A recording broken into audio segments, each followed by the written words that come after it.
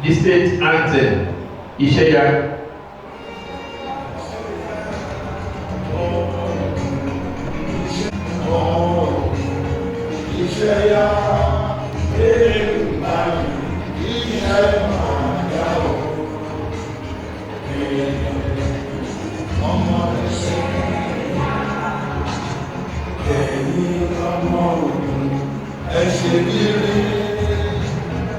Iṣẹ́ pọ̀ fún wa láti ṣe.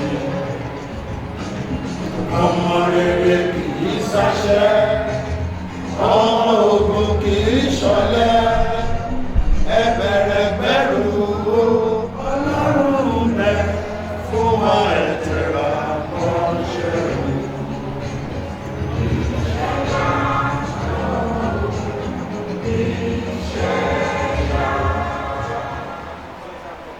Thank you very much for that national anthem and the state anthem. We can have our state. We want to invite the board himself today as one of the awardees and also the state chairman. Please permit me to welcome to the high table Dr. Odukoya Ajibola, the state chairman.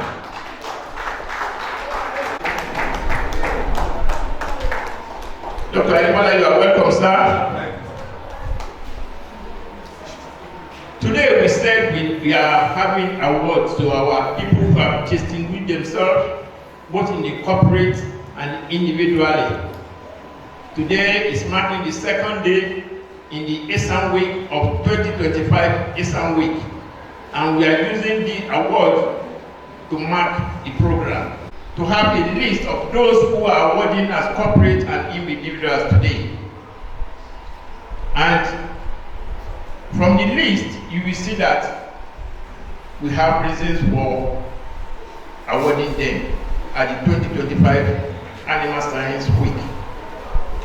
First on the list is Animal Care Services Consult, all the way from Obiriremo. Please give them a big round of applause.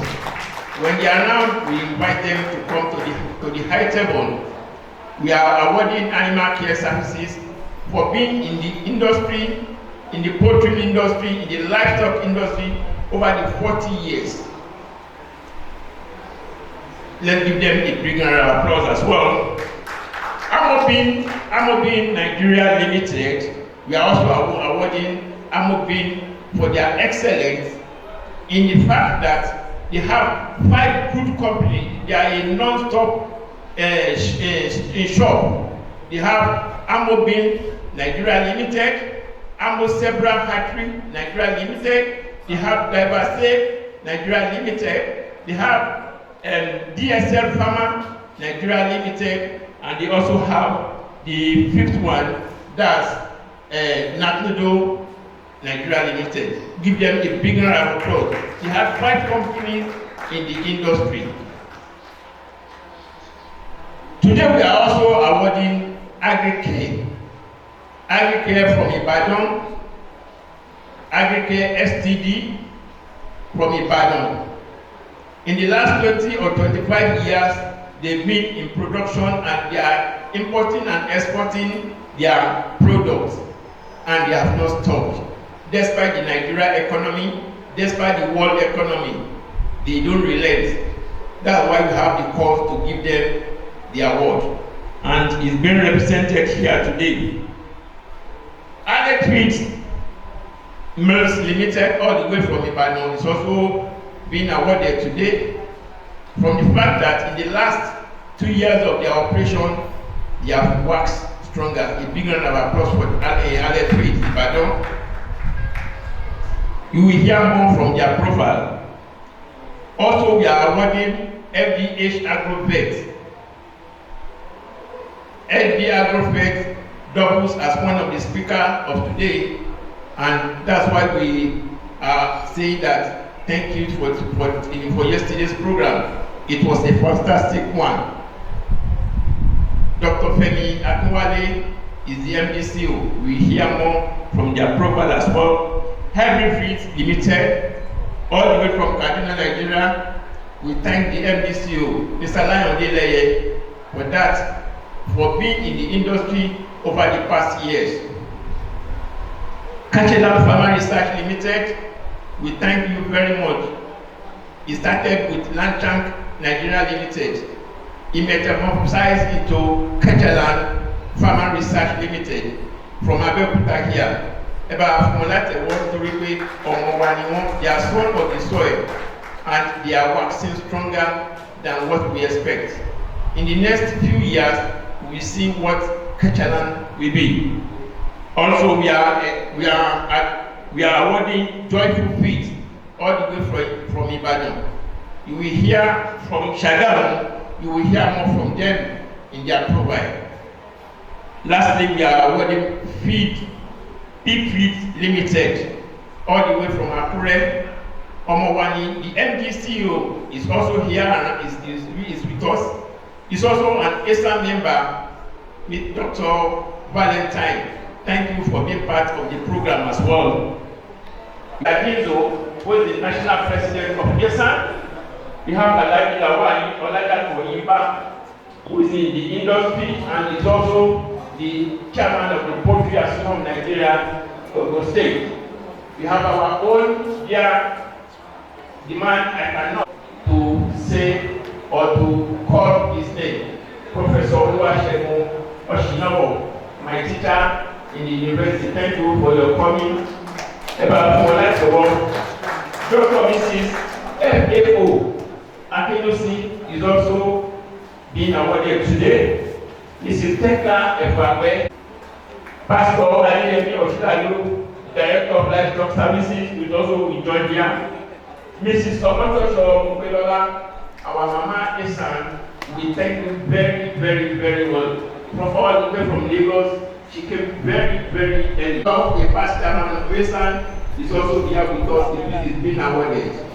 And lastly, we don't have recognition in his hometown. But we, as Asan, we are recognizing industry in Asan, even in livestock in Nigeria. We have the cause to award Dr. Adekola Odukoya. Please, I be calling all these people one by one. I want to start with Dr. Raymond. Is the national president. He could not be here for a challenge he happened here last year when we had the annual Eastern Week, but he promised to be here, but a challenge erupted overnight. He couldn't be here. She has sent somebody to collect the award on his behalf. Alaji Kalawa is on his way. Professor Shegun Oshinawa, please come to the high table, sir. Professor Oluwasegun Oshinawa, you can take your sister. Eba Mifumala, the what you come and is our father in the industry. Is a leader that you have to recognize very, very well. Pastor Tunde Adebi, please come to the high table. Is also our father in the industry. Is one of the person that please give welcome.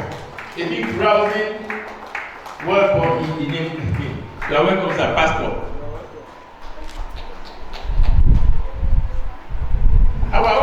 Asan is also here with us. Please, ẹ̀yin obìnrin ẹ bá wa fi àtẹ́wọ́ àti ìdè Mrs. Blessing, please come and bring Mrs. Mama, you are welcome, ma. All the way from Lagos. Thank you very much. Thank you. Mr.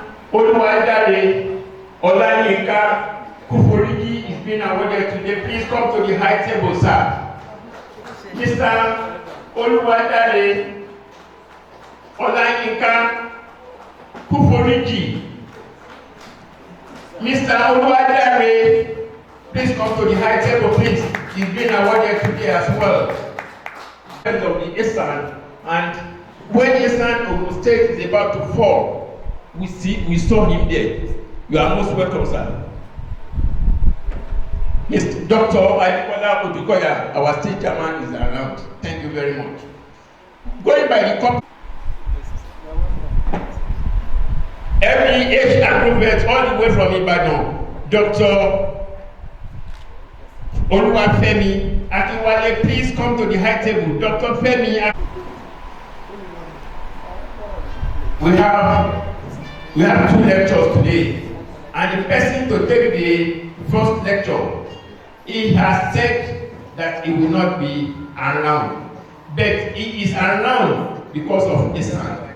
And that Dr. Alao Mobolaji is the Assistant General Manager of Tonerite Nigeria Limited.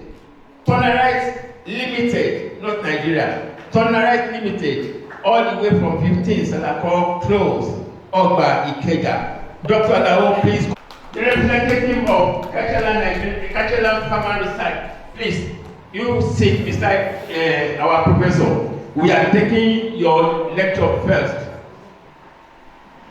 Representative of Kachelan Farmer Research Limited, all the way from Monijesu here in Abeokuta, is also here around with us. Is one of the awardees. Please take the high table as well.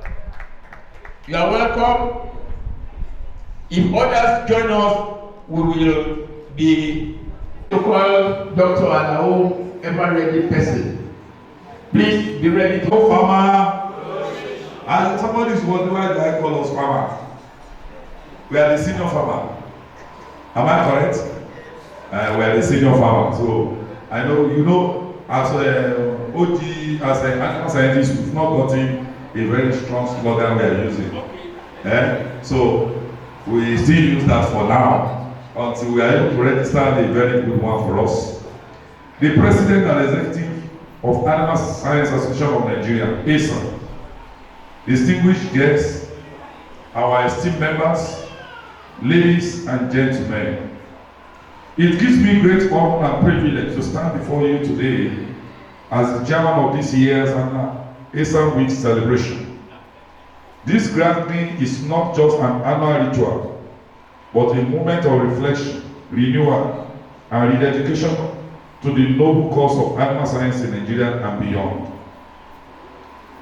Asan has over the years remained a formidable platform for professional researchers, farmers, students, and industry players to converge, exchange knowledge, and chart new pathway for sustainable livestock production and animal welfare. Our association has continued to promote innovations and professionalism and policies that support food security and economic growth. The 2025 Asan Week is special because it comes at a time when Nigeria and indeed the world is facing challenges of food security, climate change, and a rising demand for safe and sustainable animal protein. This is an opportunity for us as animal scientists to reaffirm our relevance and strengthen our contribution to national development. I want to commend the leadership of Asan for their tireless effort in organizing this week-long event filled with lectures, exhibition, training, interactive section. The level of commitment shows the Asan is not only alive, but also thriving. It also celebrates our members, academic, researchers, farmers, entrepreneurs, and students, whose collective energy drives the success of this association. Without you, there will have been no Asan. So we want to appreciate all of us, both the people in the policy sector, our research fellow in the university, and the industrialists, because without the cooperation of all of us, we will not have Asan. Your full participation in this celebration is proof of your dedication to profession we all cherish. As we deliberate, let us remember that the future of livestock production in Nigeria depends on how we apply science, technology, and innovation in solving today's challenges. Let us use this platform to network, learn, build stronger collaboration that will uplift this event. On behalf of the planning committee, I warmly welcome all our guests, our sponsors, and our partners who have supported us to make this year's Asan Week possible. This year Asan Week is special because while we are planning this program, I was reading through my Bible and I saw something in the book of Luke. Permit me to do a little preaching. In the book of Luke 17, verse 17, a story, a very small story. 10 lepers saw Jesus Christ and they shouted, "Help us!" And he healed them. But after healing them, it was only one that was actually whole out of the 10. Why? Because he knew how to appreciate and how to give thanks. And I told the team, I said, this year we want to appreciate everyone that has labored upon Asan in Ogun State. And that was why we draw out, we know so many people have labored for us, but we pick all our leaders that has ever ruled in Ogun State since the beginning of Asan. And that is why we are awarding them today to recognize them and to tell them that we appreciate what you have done for us. And you know, when we award like that, we are not only awarding to appreciate, we are also telling you that we want you to do more for us. So I want to congratulate as many of us that falls in that line, and I want to express our mind that we sincerely recognize your effort and we're appreciating it. Your presence is a testimony of your belief in our vision.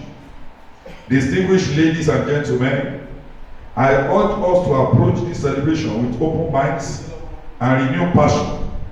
May this year Asan Week inspire us to scale greater heights, and may our profession continue to flourish for the benefit of our nation and humanity. Thank you, and God bless Animal Science Association of Nigeria. God bless Nigeria. Thank you very much. Invite Mrs. Mopelola Omantosho for 2-3 minutes.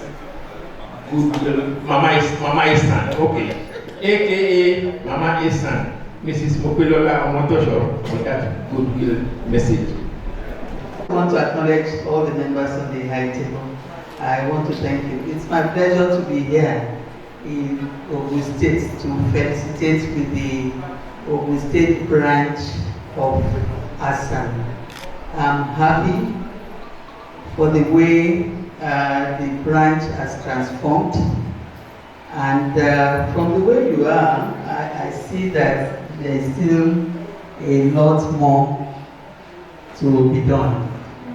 I am happy we have chapters, we have people from all spheres are involved in this branch, and I want to encourage us to develop our chapters and continue to operate in every area that we find ourselves. Ogun State is key. Ogun State is one of the branches that we actually had as Asan, under Asan, when we started as Asan, and that's why there's no doubt that you have a lot of experience and that all the past chairmen have done a lot to ensure that Ogun State continues to soar higher. So I want to pray that Ogun State will continue to soar higher and higher, and that next year's celebration will be far, far better than this. Thank you very much. I just have to reply to Mama Asan. She's a very good example. When we pray that our children should be bigger than us. So Mama Asan, that she's called, is not a misnomer. She was one of the pillars that founded this association, not people like us. So it's my joy and pride to stand before you and tell you that okay, I was once her teacher, but today she can teach me all these things.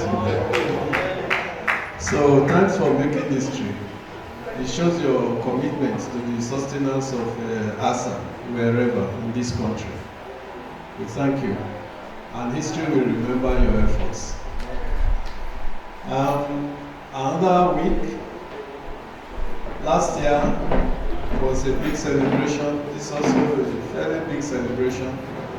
But I just want to remind us that last year, the chapter did something that few other chapters have done, and that is commission their chapter secretariat. It's there somewhere in the show. I want to commend them for this. It's a great achievement, and it will go a long way in ensuring the continuity and the sustainability of the branch. I want to thank all of us for finding the time to be here. It is rather our duty to be here because there's nobody else who will promote this association apart from us. As we proceed as Asanites, let us remember that our professional life is tied to the future of Asan. You will recall that it was Asan that gave birth to NIAS. NIAS is Nigerian Institute of Animal Science. And together, Asan and NIAS ensured that our profession, animal science, became a recognized profession. Under the federal government statutes. As a section of agriculture, it seems we are the vanguard of the professionalization of agriculture in this country. I think that's a great achievement. But yes, we deserve to clap for ourselves. But the challenge is greater. And I'll just give you a small example before I sit down. A few weeks ago, our president was in Brazil, and he went to the governor of this state. And the clip I remember most was when they visited a feedlot operation in Brazil. And I heard maybe our governor say something like, this is what we need in Ogun State. And I was laughing that, but we have been advising on this thing, you will not listen. Must it take a trip to Brazil to open your eyes? I mean, it's very pathetic. You see? And that's why I want to commend, even though we are not in Oyo State, I want to commend the Governor Makinde of Oyo State. Yes. And the earlier our state emulates him, emulates Oyo State, the better for all of us. We have the expertise. All we need is the empowerment and the venture capital and the assistance just like as it's been done in Oyo State, and this state will bloom. So recently also, dairy cattle was imported from Kenya into Ogun State. I don't know why we always put the cat before the horse. I mean, that's how they say it. So it's up to us as professionals in this field to ensure that we properly advise our governments to do those things that they ought to do. And it will be better for all of us. I want to thank you once again and wish you all a happy conclusion to the Asan week. Thank you. God bless you.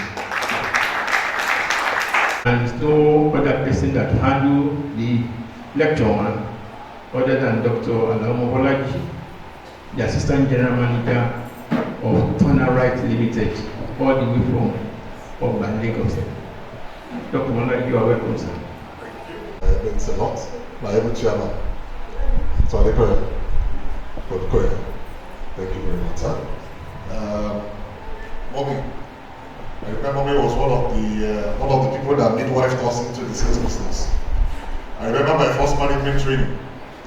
You know, it was actually under a supervision, and Dr. Bego of blessed memory, may so continue to rest in peace. Prof, sir, I do not know you, but I believe your aura is very much around us. Thank you very much for leading us. We do not take you for granted. My friend and brother, and my very esteemed colleagues in the industry, sirs, thank you very much for being here this beautiful afternoon. Let me do the part of our chairman. Great farmers. Great nation. No farmer. No nation. Whether they like it or not, we are the future of this country and this continent, and we must make the most of it.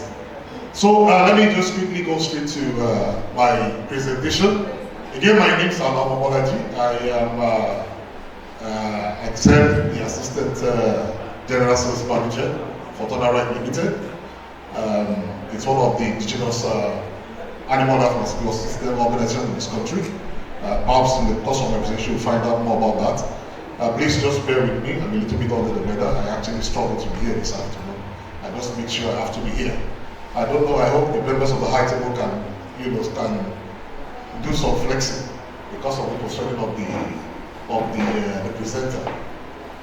So, ladies and gentlemen, we are going to be looking at this topic that has been captioned for this event, titled Livestock Feed and the emerging challenges in the livestock industry and the need for collaboration between academic research and the livestock managers in Nigeria. I want to believe essentially that the livestock managers are the ones seated in this room. Well, I will just use my first few slides to highlight a few points that I have, and then I would like to actually major on what I captioned, the basic principles for diagnosing poultry, diseases as well. So that's going to be my main focus for this presentation. But before I delve into that, I will just show a few slides I will just want you to connect with the topic of this event. I want to believe that a lot must have been said yesterday, which I think a lot of people would have taken home. But today I just want to say a few things that relates to the topic of this event. And I must tell you that this, for me, has been a major burden in my mind. Over the years, I've been around this industry for the past 20 years, and I've carried a burden for that much time. And I am very happy that it's becoming a subject of discourse today. That today we are beginning to think in that direction. And I tell you, it's about time we begin to not only discuss this, but practically see how we could translate it into instant realities, because it has come to that time. We cannot afford to continue to be left behind by the rest of the world. Prof just said right now that the governor went, to Brazil, and he began to desire what Brazil is doing. Some years ago, ourselves and Brazil, alongside China, were once upon called third world countries. But suddenly, these third world countries, they have left us behind, and then they have come to become part of the first world as we know them today. But meanwhile, we are still struggling as a third world country. And you see, foreigners are not going to come and push us to first. No, we are the ones that's going to take the initiative consciously to take the bull by the horn and move ourselves from the third to the first where we belong, as a people. And it comes with me taking conscious decision. Personally, I don't believe in multitude. And I must say, because somebody said, say great meetings, great people don't make great meetings. He said great decisions do. The few of us here, we can rub minds, and some of us can live here, taking very strong decisions, consciously, personally, to go out and change the world and move us from where we are to where, we ought to be. So, moving forward quickly, you might not be able to see the slide because of the way it is, but I will try to read out what is on the slides to us. Now, currently the livestock industry is estimated to be worth about 3 trillion. The Nigerian livestock industry gets 5% of manufacturing of pharmaceutical products is done by the local companies. That is to say, as at that time, we were importing about 97% of what we consume locally as pharmaceutical products. About 97% were imported. The few companies that were manufacturing then were even doing what we call contract manufacturing. They will go hand in hand to the pharmaceutical companies and they will go and beg, please help me produce this drug. And that was what was happening there. But ladies and gentlemen, today that picture has changed. The list of the companies you can see there are the companies that were actively manufacturing some 20 years ago. That might not be completely accurate, but these are the companies I can actually spotlight that are manufacturing some 20 years ago. Incidentally, my company, Right, was actually among those companies that began manufacturing some 20 years ago by contract manufacturing. Some of the other companies were actually doing both human and then animal pharmaceuticals as at that time. Okay? But today, sorry, I'll go to my slide. There's a bit of discussion. Sorry, I might have to go back when something changed the way the slides are made. So as of today, this is actually how much has been added to that manufacturing industry. Alright? This is the number of companies that have actually been added that are now actively manufacturing in Nigeria. They are proudly Nigerian companies. And some of them are here as exhibitors today. Alright? So where am I actually going? Also, some 20 years ago, the feed companies that were manufacturing in Nigeria confidently were these lots. The likes of Top Feeds and the co, as you can see, I don't want to mention the names, but they are on the street. 20 years ago, they were the ones actively producing feed for the livestock industry. And then we also have the ones, the army of tow-millers that were all over the place, manufacturing also the feed. But today that number has swollen. And today we have all these guys added to the list. We have all these people now added to the list. What does that mean, ladies and gentlemen? The industry is what? Is growing.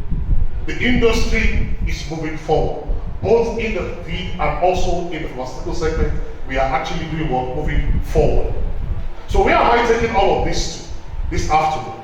It's the fact that it is about time that the academics, the researchers, begin to partner effectively with this organization for them to add, value to the products. Because before now, for those of us in the academics, we rely on foreign grants and aids to this day for us to be able to conduct researches. And you know the way they say it, he who pays the piper does what? Is the one that dictates it to you. Whoever gives you money to do research will tell you what to research. And he also determines the outcome of the results at the end of the day. But today now we have all these organizations that I believe that if academics or researchers are able to, to package time-tested products, well-researched products, that they can turn, that can carry economic value, they can take such products and approach, the captains of industries that some of them are here and some of the representatives that are here, they can take those things to them, and together they can actually sit down and begin to harmonize. The moment this thing can carry some economic value, now we have that competence. We now aggregate professionals. For instance, the company I work for aggregate professionals. We have pharmacists in our company alone. We have 3 pharmacists that are working with us. We have laboratory scientists, we have biochemists, we have lab technologists, we have veterinarians all over the country that are doing this job. So all these people coming together, we can harness the potential of any product that we want to do or to bring into the Nigerian market to solve our locally generated problems. And that is why I believe the time has come for this collaboration to begin to happen. There's no better time.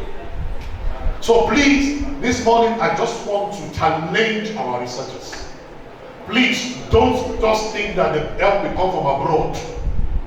What you are going to look for in Sokoto is now in Sokoto now. It is now closer to you than skin. But I can assure you it's not going to happen easily. But I believe with some effort, conscious pressure, with time, these things are going to break and they are going to begin to happen and gradually begin to grow what our own grown solutions to our local problems.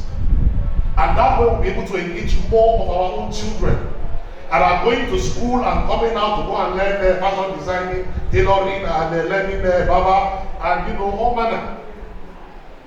You see a lot of people that are graduates today that did beautiful courses in universities, and now you see them, they are fashion designers, they are content creators, they are web analysts, they are software designers, and all manner of things. Yes, we are in the lab, we are in the tech age, and all those things actually can be additional source of revenue or income.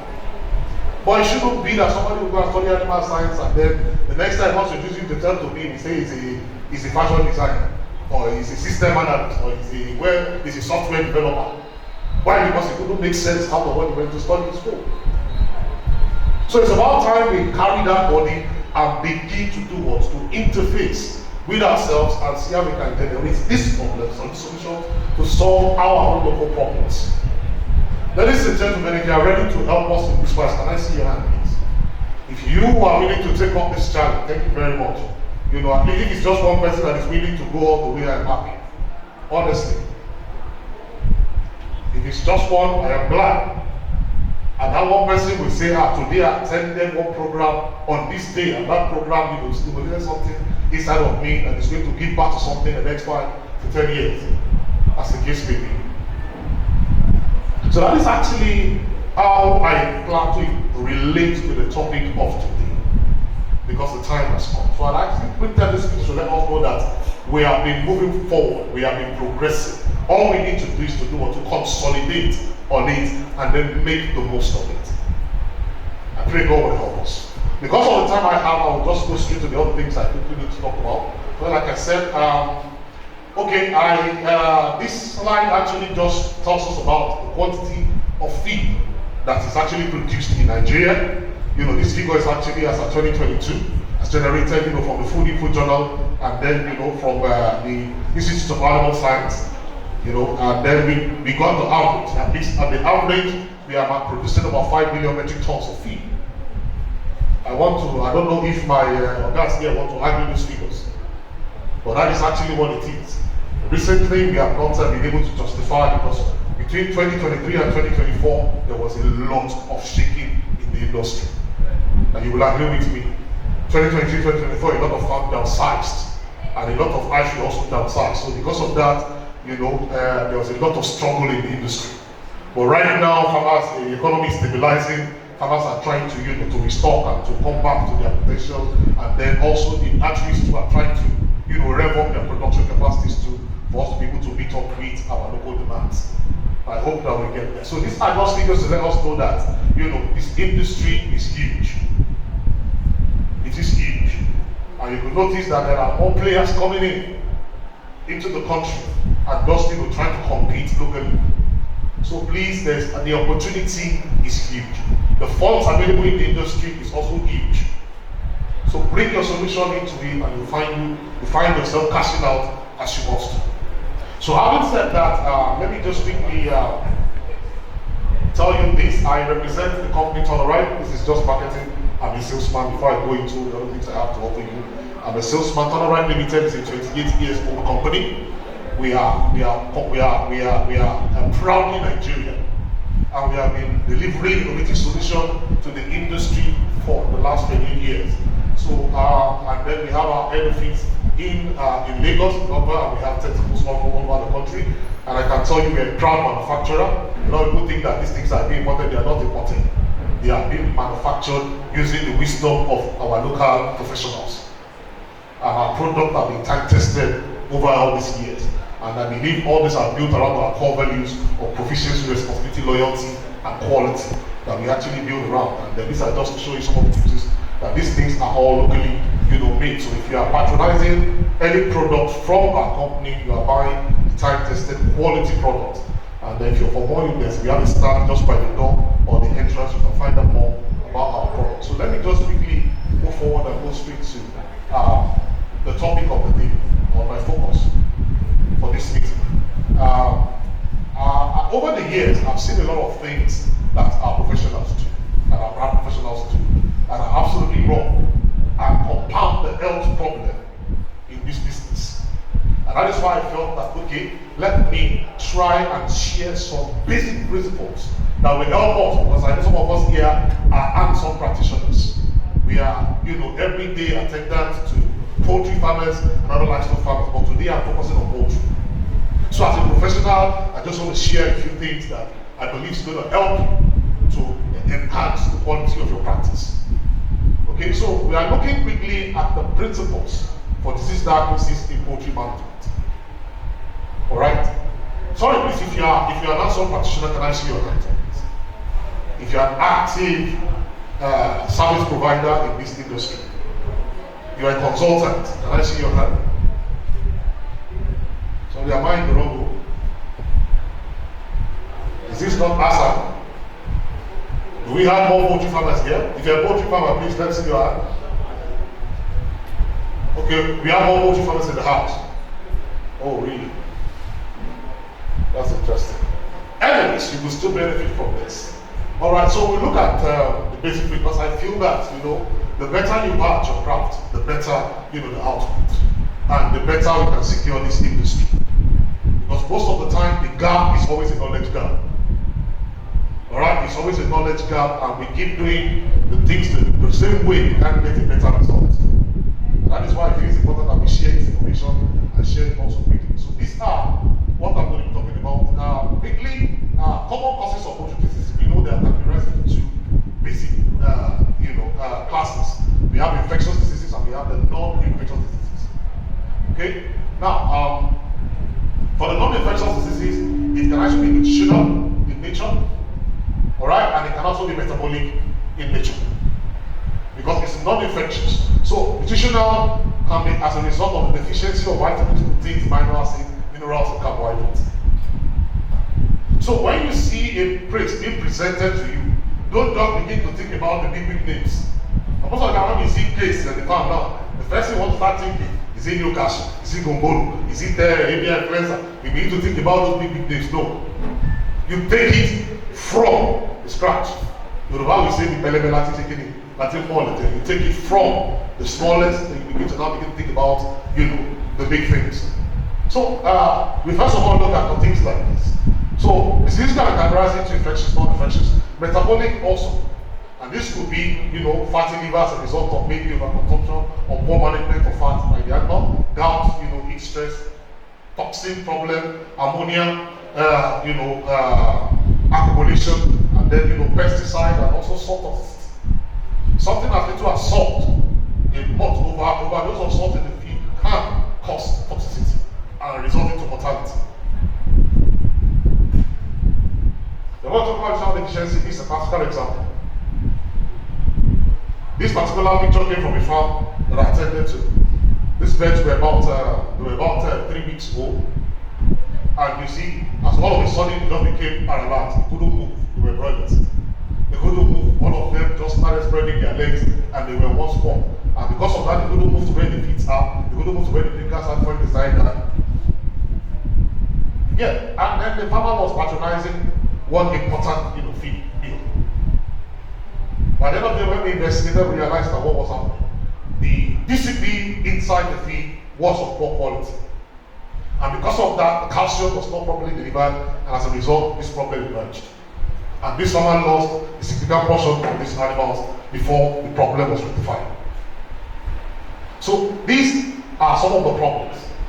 Somebody looking at this animal now can say, this one that they are spreading their legs, maybe it's Marek disease. Yes, you can suspect Marek disease. But like I said, it's always better you take it from the simple things before you begin to think about the complex things, as the case may be. So this, for example, is, a classical nutritional problem. Alright? Other problems that are non-infectious could also be vices. Okay? Something as small as light. If the light quality in your house is not good enough, it can result into breaking. Because when chickens are not seen properly, they begin to imagine no manner. And that is what they begin to take them into psychological distresses. And before you know it, they start thinking. And that's what we call cannibalism. And they start picking feathers, and before you know it, becomes a problem. Birds are distressed, they start dying. And when they are begging, they won't grow the way they should grow. And so these are some of the problems that we find in the non-infectious diseases. And then the genetic parts too are also there. But it's not a very big problem. So I won't dwell too much on that. Now, one of the factors that actually, that are actually important that we must bear in mind when we are thinking about diseases. So these are some of the factors that are there. For in every poultry house, there are a lot of factors and forces working around that poultry house that can result into diseases. And these are the things that we as farmers must take into cognizance at all times. And as such, we cannot emphasize the issue of biosecurity around our pen. I know it's a language that people are flawed and overflawed, but I have seen a lot of our farmers practice poor biosecurity. In fact, personally, I've had to shut down the farm because of issue of urbanization around the environment. The farm was fine, it was doing very well. The 15,000 litre farm, as small as it is. But all of a sudden, urbanization began to grow around the environment. And because of that, they were having problem managing waste. And because they could not manage the waste properly, they were digging pits all around the farm, digging pits, trying to put the waste there. Before of that, there was a serious disease complex that built up from there. Before you know it, there was multi-infection consistently, mortality was constantly high, the use of drug was heavy. And they consulted a lot of people, and then I was the man that when I got there, what did I do? I just, after looking, doing all the checks, run through all the checklists. We took a walk around the farm and everything, and I saw where all the problems were coming from. And I told the owner of the farm, can I tell you the truth? I can recommend drugs to you. You will use. It will alleviate the problem for a few days. But I can guarantee you that in 2 weeks' time, that problem is going to come back again, the mortality will start again, and then that problem will persist. So I told them the gospel truth. This farm can no longer exist here. The time has come for you to back up and leave. It was the hard truth. After myself invited other persons too, they still recommended the same period of drugs, and at the end of the day, the problem still came back. It was him that called me by himself and said, Doctor, I decided to shut down eventually. That farm lies now in real estate where it is, where it used to be. So these are some of the things that we have to, consider when we are thinking about, citing our farms and then trying to also demystify the disease complex around us. The way we manage people, vehicles, human beings, even animals, wild birds around our environment is very key. Because some people, ordinary nets that is bad can allow migratory birds flying from very far to come in and come and infect your birds with diseases that they don't have, that come within even your environment. And we've known already that migratory birds are classical distributors of AI. And I'm sure we know that AI is still very much around us. In fact, it has come to stay. AI has come to stay. This year alone, we had 6 outbreaks that have been reported for AI. And that is why as farmers, even as practitioners, we cannot allow ourselves to lose guard under any guise. We must make sure that our farmers are advised properly, and they must take all these things very, very important. something as little as a boundary of a farm is very key. The permissible hole around the farm premises is very key. The footbath at the entrance of the house is very key. The way the attendants dress is very key. All of these all play an important role in ensuring the health of the farm.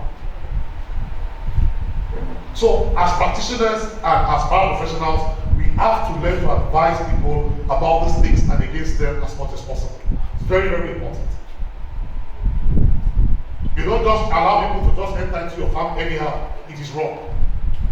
Then because you have moved from 1,000 men to 5,000, you now want to let the whole world know. You now open the farm door, allow people to come in. It's wrong. It's recipe for disaster. So these are some of the factors also that we have to bear in mind, in this situation. So the environmental condition, the genetics, nutrition, and then also microbial load are all those things that we also need to bear in mind. So I'm leaving that now, moving to the infectious diseases. These are actually where, we really have the real problems. And what are the positives here? The fungi, the bacteria, the viruses. They are the ones responsible for all the diseases that we know their names. Newcastle, Boboro, infectious bronchitis, mycoplasmosis, all of those diseases comes from these three guys. So, having known that, this is actually where I'm going. As practitioners, as professionals, and as paraprofessionals, how do we investigate diseases? Now I've established that there are two basic sources: infectious, non-infectious. All those things I've talked about, because people try to not allow me to talk about everything. And then we've known also that infectious diseases are caused by what? The bacterial, fungal, viral agents. So how do we investigate this problem? I've been at the farm and I've seen a paraprofessional wanting to do what we call postmortem. And he just carried the chicken, took the chicken and just dipped the whole chicken inside the water and brought it out. I allowed him to do the first one the way he did it. Alright? Then the next one, I wanted to dip, he did again, and I said, no, you won't do that. And I held his hand back. And now allow him, manipulated him to do the proper thing. And afterwards, you do. After we finished, I didn't see anything. But after we finished, when he was just me and the person, and I told him, problem. If you do this thing this way, you will not get the proper picture you want to see. And that is why the proper way is the way I showed you that it should be done. And I told him these are the reasons why, that is why it should be done that way. And afterwards he appreciated and he improved. This is somebody that went to school, spent 5 years, through training, did IT, and yet does not know how to dip the chicken inside, the water to conduct postmortem investigation. And that is why it's important that we understand how investigations are done in this bird. If possible, what is the source of the bird? Where did you collect the birds from? Because sometimes some birds could be having a peculiar challenge in a particular area. I've seen that a lot of times. That will also help you to know how this problem is there. Alright? Then weight of the birds, you also need to understand. We now know now that, weight is very synonymous with productivity in either broiler or layers today. If you are a practitioner and you are not paying attention to weight gain periodically, then you are missing, your very important link. So weight is very key. You have to know the weight of the bird. So if the farmer don't tell them to go and weigh it, let them tell you. Because for instance now, if a farmer now collects birds, and they say these birds are going to start laying by 18 weeks, and these birds are 24 weeks and they have not started laying, or maybe they are just right, when they're supposed to be 80% as at 24 weeks, they are just about 10%. And they call through and say these birds are not laying. One of the first things you have to investigate is the weight of the birds as a professional or a paraprofessional. Because weight is synonymous with productivity in the bird. And then getting after that abnormal signs and then observe the mortality pattern. It's very important. The mortality pattern for bacterial disease is different from mortality pattern in a viral disease or in a fungal disease. They have their patterns. So it's very important that you ask for the pattern. These are the things that will help you in systematically, diagnosing where the problem is coming from. What do you observe in a sick bird? Definitely, reduction in water or feed intake. Have they stopped eating? Have they stopped drinking? You need to check what is causing it. Why they stop drinking the water? Is the water having some funny taste? Why they stop eating? Most of the time when birds stop eating, maybe they're already having pyrexia, what we call a fever. Just like in every other animal, once you start having fever, the first thing it knocks off is your feed center. It shuts down the feed center, and the next thing you are not able to eat. Because that thing plans to kill you, sorry. That thing plans to kill the bird. Alright? Yeah, you can move. And again, there was another farm too I also attended. This was a breeder farm. The birds just started, they just came into lay, they were laying. And as they were laying, the animal was just surging. It's a notable breeder farm in Nigeria, in the southwest. You know, they've called the owner of the birds, they've called, they've advised all manner, the problem was not going. They've called another consultant, they've called, the problem was still not going. And then I was invited again. I got the team together, we sat down, and we were checking all the boxes. We checked all the boxes one by one. And okay, I felt, okay, this is fine. Now let's go and see the birds. Maybe I got into the pen houses. I went from pen 1 to pen 2 to pen 3. The pictures were the same. The comb of the birds were pale. And that told me 2 things instantly. Either a liver problem or a kidney problem was in the offing. The third thing I can think about in my investigation was maybe fleas and lice. But I have checked that box because they've used the Lausanne, you know, in the course of their treatment. So because they've been loused, you know, I said okay, and I saw they have done it twice for each of those batches. So I thought the only thing remaining that you're expecting to live birds. Yeah, definitely. The liver is the engine room for the metabolites that will form the egg. So if the liver is distressed, it's like a woman in labor and she's having complication. The likelihood that she will die trying to give birth is very high. And that's why the birds were dying. Because why? The liver could not undo the way, but there's also be a big production. The liver could not undo the stress of delivering the egg yolk, the albumin, the magnesium, the calcium, the phosphorus that will form the egg. It could not undo that stress anymore. And the liver and the kidney too. Because the kidney and the liver are the engine room. And then the kidney is the one that regulates the blood pressure, the poultry. The kidney is one that regulates blood pressure. So the kidney is distressed, the liver is distressed, the liver is trying to deliver metabolite, the kidney is also trying to manage the pressure. The 2 of them collapse. The next thing, the animal can pass on. And that's it. We discovered that what we need to introduce liver tonic therapy. And before you know it, in 2 weeks, mortality crashed completely, and that was the end of the problem. You see why it's important for investigation to be properly and carefully done, and then just recommend what they want. That is why they keep coming back. And when farmers are trying the first, second time, and they realize that they just wasted money, they will not call you again. They will not call you again, and what have you done? We've lost money. We've lost important life, we've lost product. And that is why it's important that this is very key. Alright? So we have to look at, you know, the interest of the birds in the environment. We know that chickens are always talking. Chickens, they are like science scholars say they have 30 languages that they are speaking. 30 languages. As a farmer, as a practitioner, you have to learn this language. They are talking. Like our people, sorry. They like to talk. Okay? So, you know, that way you have to learn the language. And what they are telling you something per time. All the time. So we have to have that ear to listen to this language, to know what they are telling you per time. And then also, you know, when you see ruffle feathers, it's also there. But like your feather, water is life. People think it's feed. It's not feed. Water is the most important nutrition. Because why? 70% of me, even me that is standing here, 70% of me is water. The remaining 30% are every other thing that you can see. So the egg that we have from the poultry, 70% of the egg is water. That is why your water is very key.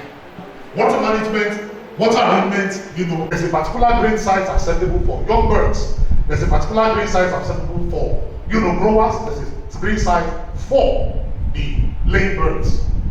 So you must pay attention to it. The feed must have a palatable smell. It must not be rancid. If the feed becomes rancid or smelling rancid, you can begin to suspect it that there's mold growth in it, and then there's likelihood that there's toxin. Because sometimes birds, the farmer will call you and say these birds are dying. But you know, one gem, one mummy, but they are still dying. But fortunately, if the feed has been stored for a while and then they are now feeding to the birds, they grow mold. You know, before they even use the maize, before they use the soya, before they use the wheat over, they have grown mold before. Then you now mix them together again and they are now still growing mold. You can imagine the level of toxin that has already, been released into the feed. And what of these toxins do? They go and they destroy the immune system of the birds. They damage the national defense of the bird, and when they damage the defense of the bird, what happens? The bird becomes vulnerable. Any small thing, mortality, they are dying. So in our investigation, we should always do what? Check the feed and check the feed quality. Alright? Then look at the level of acceptance of the feed too. You must look at it when you hold the feed in front of the chicken. Is he eating? So no. If he's not eating properly, then you can begin to say, okay, maybe this food is not palatable enough.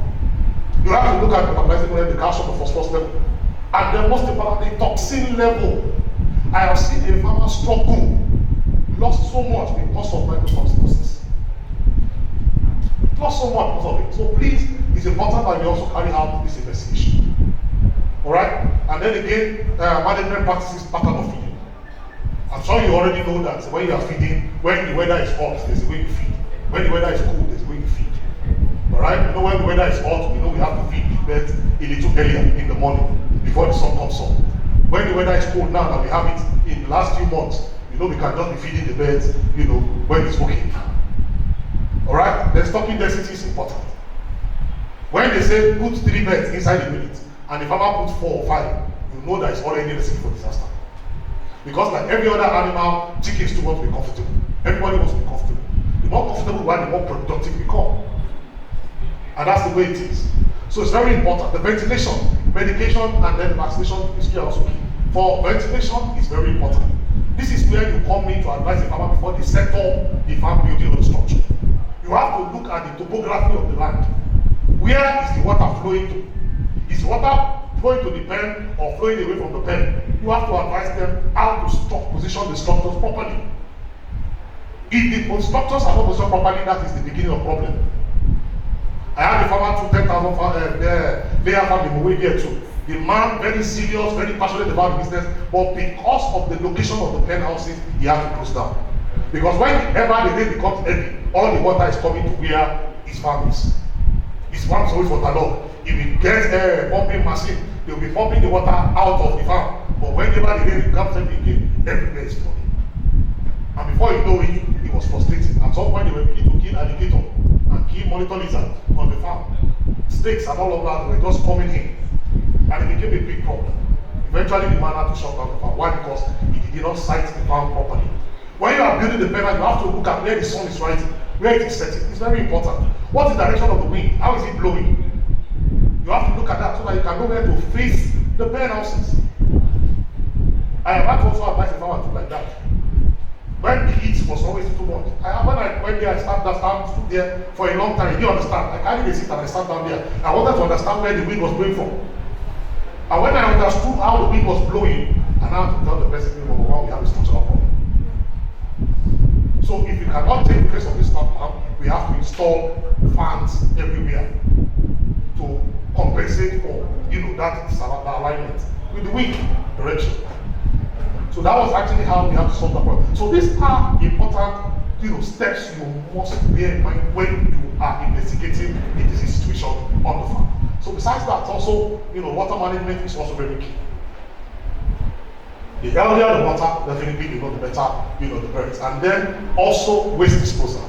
I have already talked about that before, about the farm how where the urbanization occurred and they could not take the waste to other places and they have to keep putting the waste around the farm. Before you know it, disease complex came in and there were multiple infections all the time. Multi-infection all the time, and before you know it, we have to advise the farm to shut down. So moving forward, environment, like I said, design and orientation of pen is key. The temperature and ammonia level is also key. I almost lost my first job as a poultry farmer, as a poultry farm manager, because of ammonia. I almost lost my first job just because of that problem. Although I saw it coming and advised. But unfortunately, the problem was that we were building another pen where we are going to transfer the beds to. We wanted to do 20,000 beds, but our brooding pen can only hold 8,000. and we had collected 20,000 beds.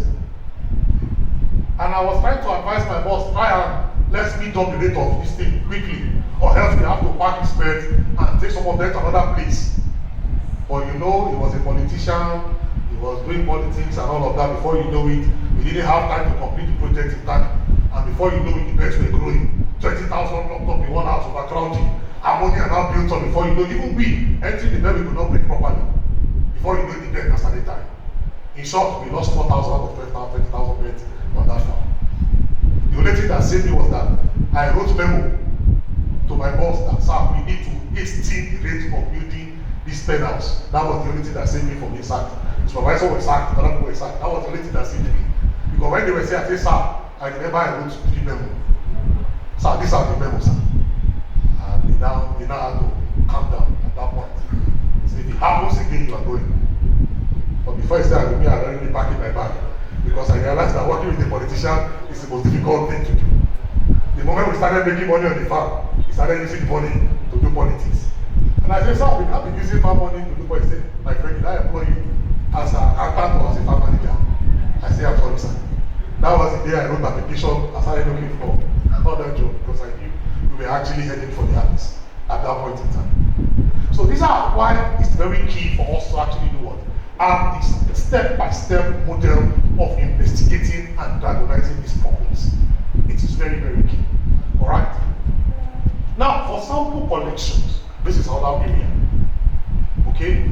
Because most of the time we don't have I'm getting there. Now, the physics shows us a lot. Alright? And like you would know, the intestine is the engine room of productivity of the poultry bird. If anything goes wrong there, production is going to suffer a setback. The easiest way to see this picture is by looking at the fecal picture. I, for one, I will tell you if I go to a farm, I don't need to see the bird. If I see the eggs alone, I can tell you the problem this farm is having. Instantly, I can tell you the few problems the farm is having. That is how I have trained my eyes over the years. So for a professional, a paraprofessional, when you get to, before you don't see the bed, when you see the egg, because sometimes you see stains of these feces on the beds, on the eggs. But fortunately, we have taken it as normal. Normally, if a farm sells a egg that has poo on the egg, that farm to be sanctioned and closed down because it's selling diseases. The same salmonella that affect poultry can also affect human beings. 21 million people died from salmonellosis every year in the world. According to WHO statistics, 21 million died. That is why we go to the hospital. After they don't see malaria, it's typhoid they are seeing. Or they don't see, they see the two of them. They are typhoid and malaria everywhere. Sometimes we don't even know that it was the egg that we ate that was carrying disease on it, or the one we handled. From there, maybe we just handled the egg, we didn't know. From there, we just go and type that, I need a cow. Say, you know, before you know, you have tested what is going to kill you. And that's the problem. So what we're trying to say is that the fecal, picture is very important. Once we begin to see something that is not the normal fecal picture, supposed to be gray and patch of white. That is the standard fecal picture for poultry. Once the picture begins to vary to reddish, clay color, greenish, reddish white, whitish color, all of them are all signs of problem. And as a result, productivity is already suffering a setback. So as professionals, we must look, we shouldn't take these things for granted. Don't look at the brown things and say it's normal. It's not normal. It is what is accounting for that drop in productivity on that farm. It is what is accounting for that drop in productivity on the farm. Instead of the farm to be doing maybe 80%, it is doing maybe 70 or 60%. It could be because of that feces alone. So you must solve that problem.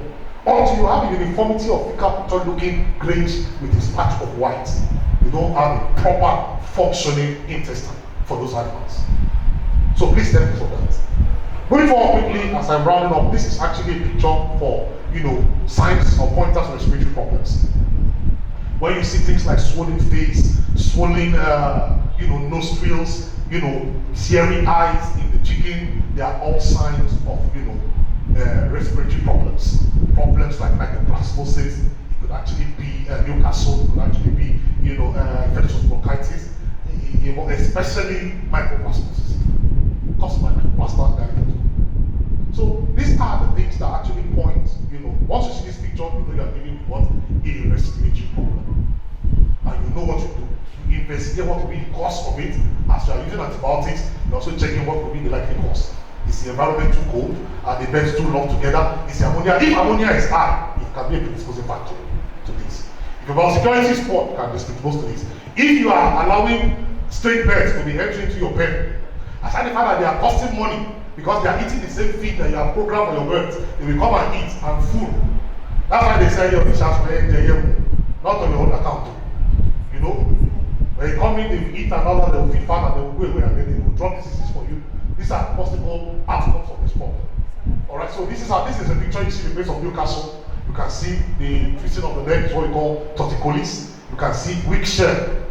When you see weak shell, most of the time it could actually be nutritional deficiency because it's sort of calcium deficiency, or the classical case of Newcastle. And then when you see greenish diarrhea, it's also classical for Newcastle. So those are some of the things that you need to bear in mind in your investigation. Then moving forward also, Newcastle can also present, when you do go to the postmortem level, you will see something like, hemorrhages in what we call the proventricular space. You will see that hemorrhages there. Once you see, it's also typical, it's almost classical of Newcastle. So these are things that is a step forward to convincing you that this problem you are seeing is the case of Newcastle as a professional. So moving forward, this is a picture of Oboro disease. You will see the bird looking like it is wearing Barbarica, and it's just ruffled in one position, it's not moving, and then you see them voiding watery feces. Watery feces, and they are voiding feces, they are also making sound like shoo, shoo, they are screaming because it's a problem. Because the organism is eating up their inside, and then they're making voiding feces painful. So when they are voiding, they are making that shoo sound, and because it's sound of distress. If you have diarrhea and you go to the toilet, all the fireworks that happens, and then you see how you yourself will cringe on the toilet seat, trying to to absorb the pain coming from you discharging the thing. So this is actually a picture you see from Gomboro. And then you also need to look at the picture of aspergillosis. This one is fungi. This one for the time comes from the artery. Alright, when you see birds between the first week of life dying in their numbers, one of the first things you would actually suspect is aspergillosis. They are come with an infection from the artery and it's affecting their lungs. And young birds, because their lungs are starting to develop, once there's any problem, they suffocate and they die. They suffocate and they die.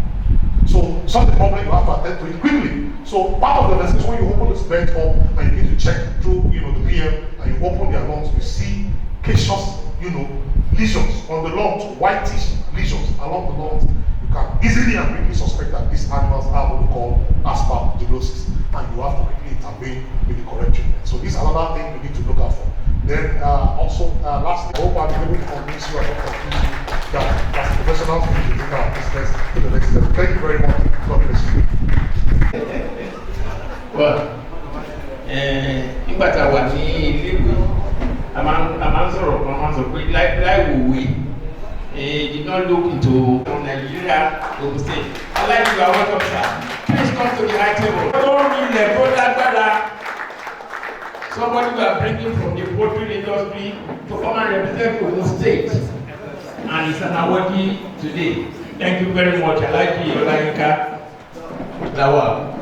Also with him, one of the awardees also came in person of Dr. Nosero Olawale. Do you like what this one here? Oh, it's Dr. Chief Nosero Olawale. You are welcome, sir. Please come to the high table, not clapping. Please come to the high table. You are now working. That's the MDCO of the Asiro Olawale. When it's time to take his award, you will know more about him in the profile. Also, the Cathedral Nigeria Limited is not only represented by Umaru, you are welcome, sir. Take the high table is also an awardee Agricare Limited, STD Plus, all the way from Ibadan. That's Mr. Fidelis Umaru. Please, a big round of applause for him once again. Somebody who's an awardee who came silently not want us to introduce her, but she's coming to the high table. She's an awardee today. She has represented Asan very well when Asan was about to die, when in Ogun State. She has gone through the thick forest of Asan. And it's not that person than Dr. Mrs. F.A.O. Akinosi. Please bring Mama to the high table. She's also an awardee today. She has represented Asan very well.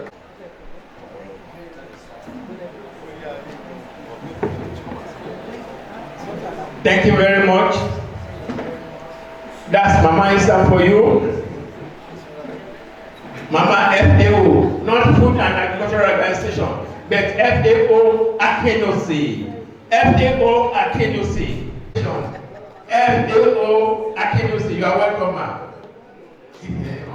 Another chiefs, but the person that is having layers is going to take about 2 years.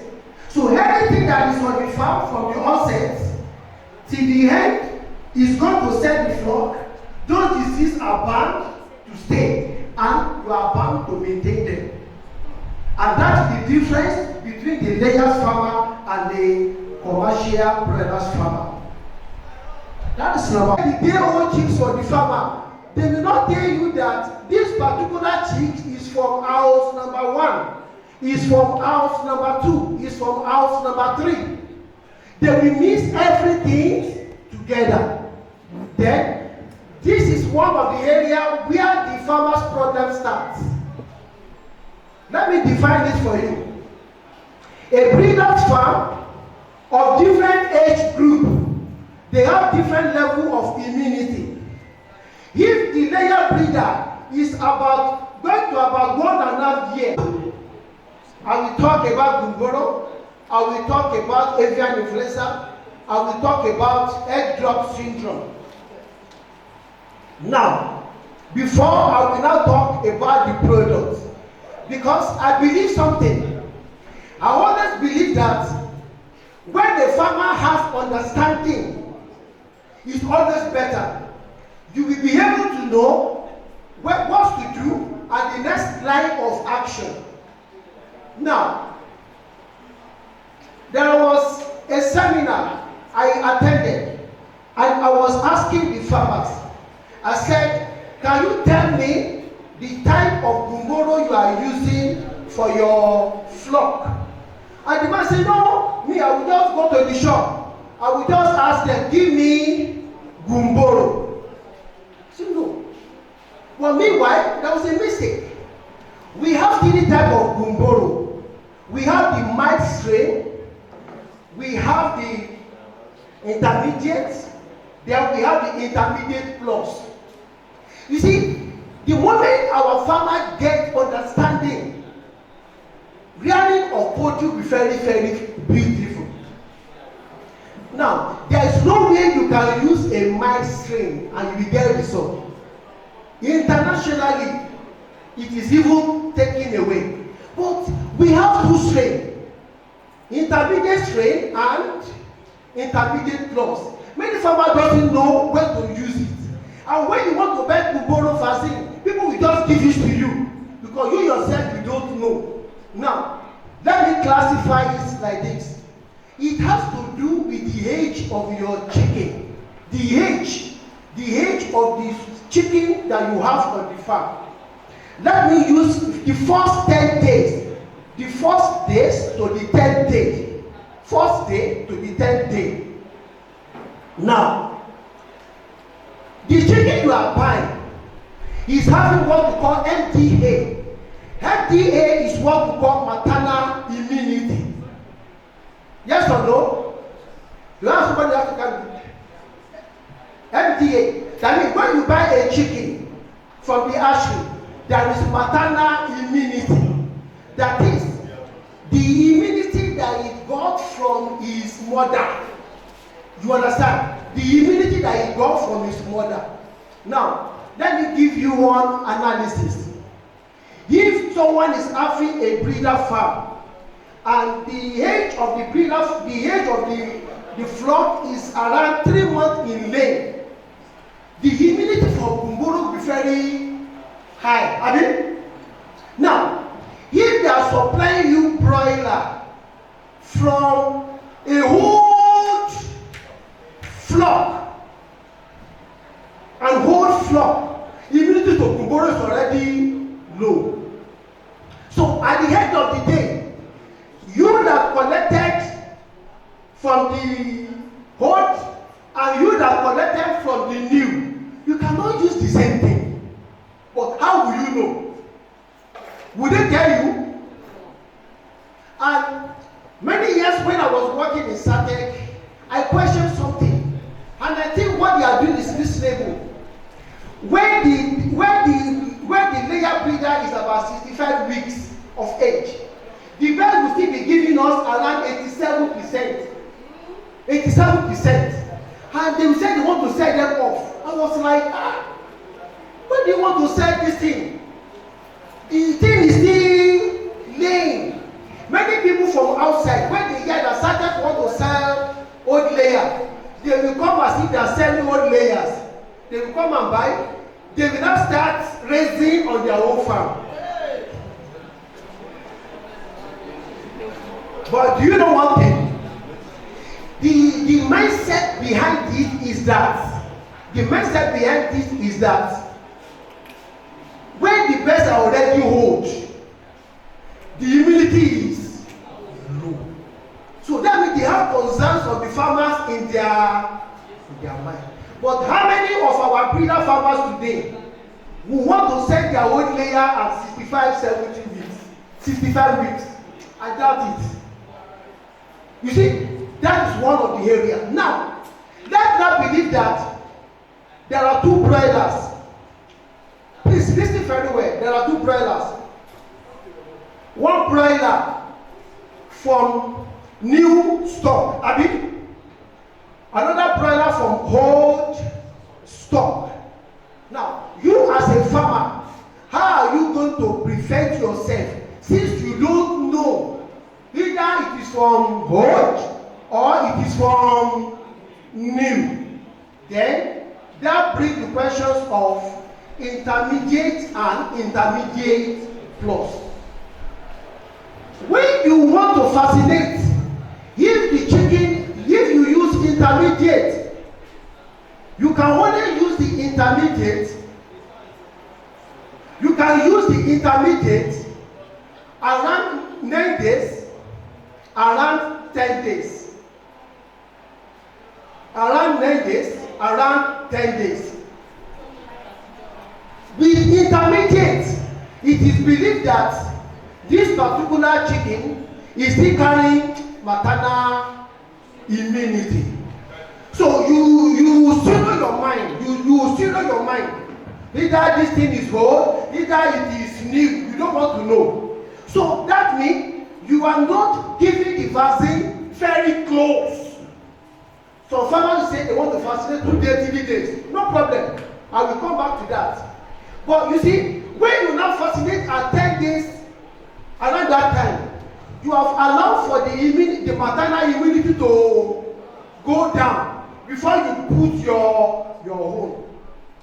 But if you give the birds Gumboro vaccine within 1 day to 2 days to 3 days, and the chicken is coming from new stock, so the maternal immunity is there, you put your own, and that will crash everything down.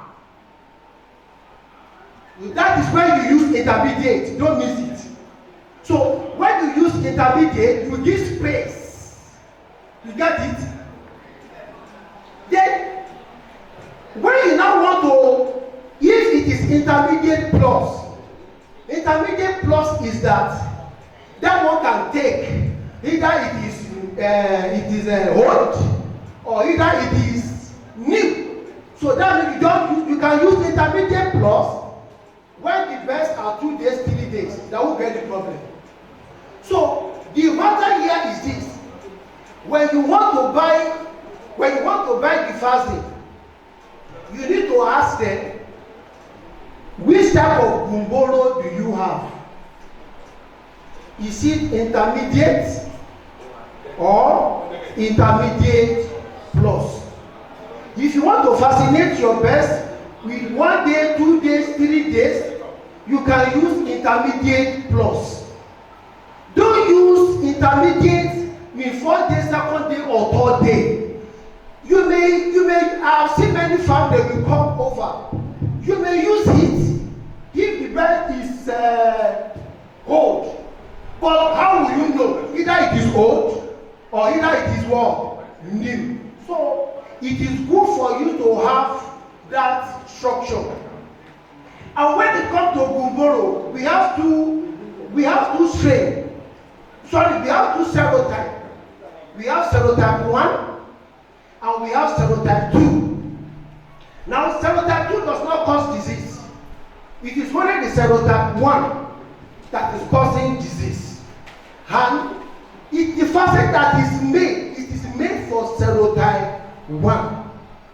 Then, if along the line you have a problem, I will go to introduce a product to us, which I'm going to talk about later. Now, the second one, if you permit me, is to talk about the Newcastle disease. And the Newcastle disease, which can show itself in different form, respiratory form, and it can show itself in nervous form. So we have the nephrogenic, we have the mesogenic, and we have the phenogenic strain. When they are making the vaccine, they make the vaccines from nephrogenic and mesogenic strain. Because the phenogenic strain will give mortality up to about 80 to 85%. So it's very hot. So they cannot use the phenogenic strain. So they use nephrogenic and mesogenic. Now, do our farmers know when to vaccinate? Should I buy Nasota? Should I buy Cameron? Do our farmers know? Many farmers does not know when to vaccinate with Nasota, when to vaccinate with what? Cameron. I want to come very, very low to our level so that we can understand. Now, many farmers will vaccinate throughout their lifestyle. Nasota. The best is 2 weeks, 3 weeks, 4 weeks, 5 weeks, 6 weeks, up to 10 weeks. He's still using Nasota vaccine. And technically, Nasota can give you, presently now, practically, Nasota can give you immunity for only 3 weeks. Many farmers will use Nasota today. After about 2 or 3 weeks, they will just say they are seeing some sign. And I will give us the reasons for that. I'm coming back to that. Now, when the birds are small, you can use Nasota. But when the birds are going to 8 weeks, you cannot use Nasota when the birds are still 8 weeks. Now, you can only use the Cameron strain, which has high immunity level that it can give to your chicken. So, if you give Nasota at 3 weeks, and you are still giving Nasota at 8 weeks, what you will be seeing is that the birds will be coming in and out, and you will see that the birds is not doing very, very well.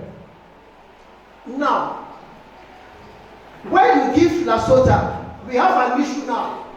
What is the issue we are having now? It is the issues that many farmers does not understand that before you give Nasota vaccine, you must clean the house. When I say clean the house, many people will think maybe I'm saying take a broom and sweep the floor. No! You sweep the chicken. You do what? You sweep the chicken.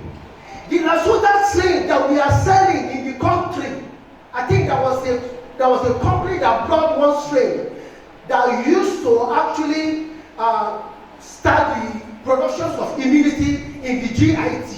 But all the Nasota we are having presently, you understand, they produce immunity from the trachea, reactions from the trachea.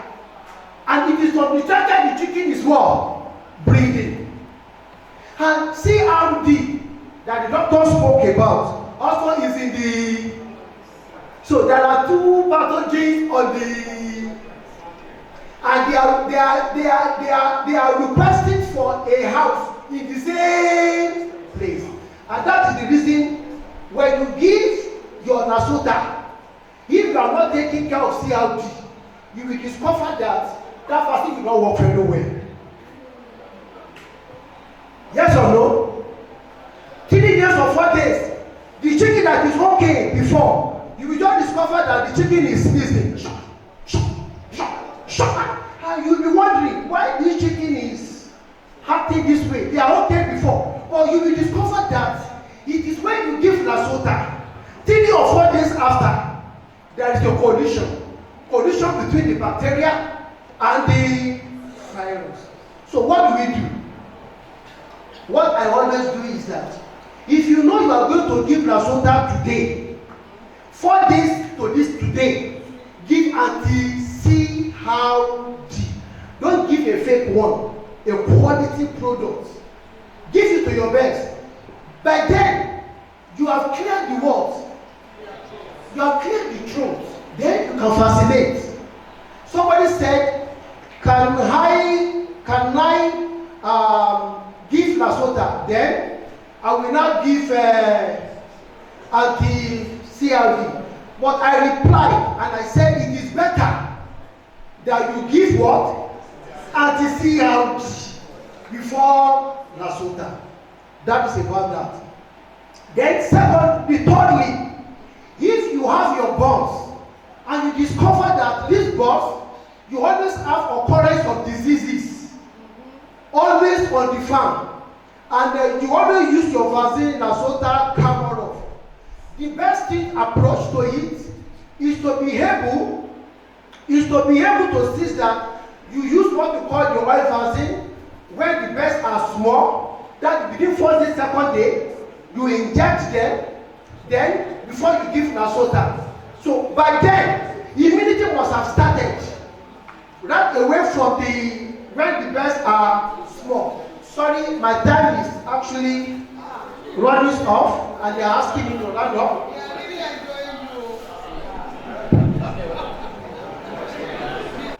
If you are having egg drop syndrome problem on the farm, the chicken will not die, but you will discover that production what is not, and the egg is careless.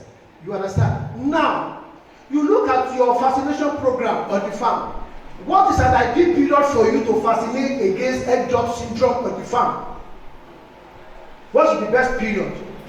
And the best period for you to vaccinate against the EDS is like a week or 2 weeks before the bird starts to lay. And don't give it when the birds are still very young. Somebody was giving EDS as 10 weeks, at 11 weeks. And I asked him, when you are giving 10 weeks, 11 weeks, the chicken is already producing immunity when it is not yet needed. Just like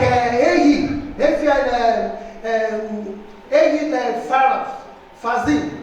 People make the same mistake also. So now, that is about that. And if you have problem with EDS on the farm, it will take like 4 to 14. 4 weeks to 14, I think 14 weeks for you to run the stocks. Can any farmer sustain it with the cost of the feed? You cannot sustain it. Because after 14 weeks, they may heal up. So we have a solution for it, and one of the solutions is here. I'm going to talk about it.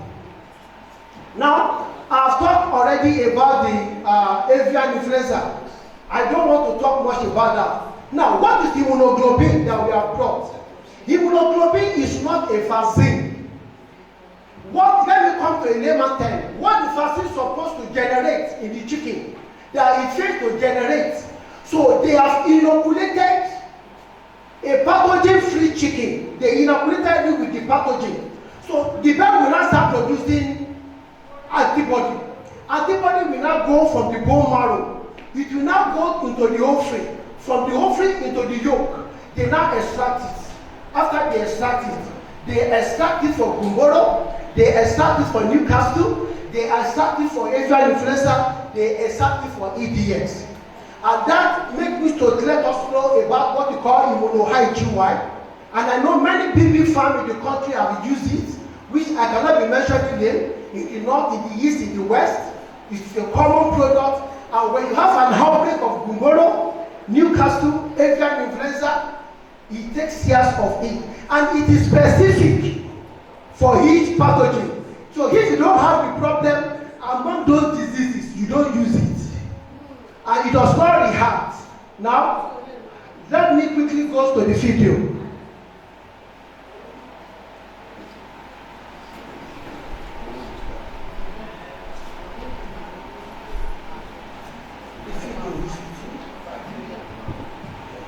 You can see them. Before the application of immunoglobulin, they are having the problem with Newcastle. After they have used it, see them now, they respond. The next video.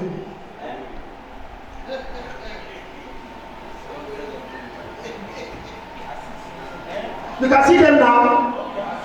You can see them, they are eating. And because of the privacy, I will not be mentioning names of big family in the north that have used it. But I must tell you that this product has saved a lot of big farm billions worth of naira. Billions worth of naira after the application.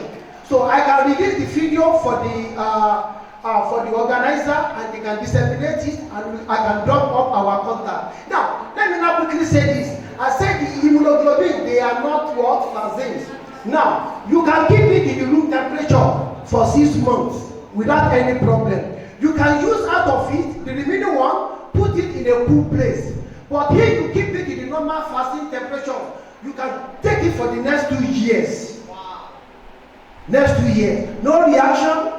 You are only boosting the immunity. What the chicken is supposed to have produced, you are not giving it to them directly.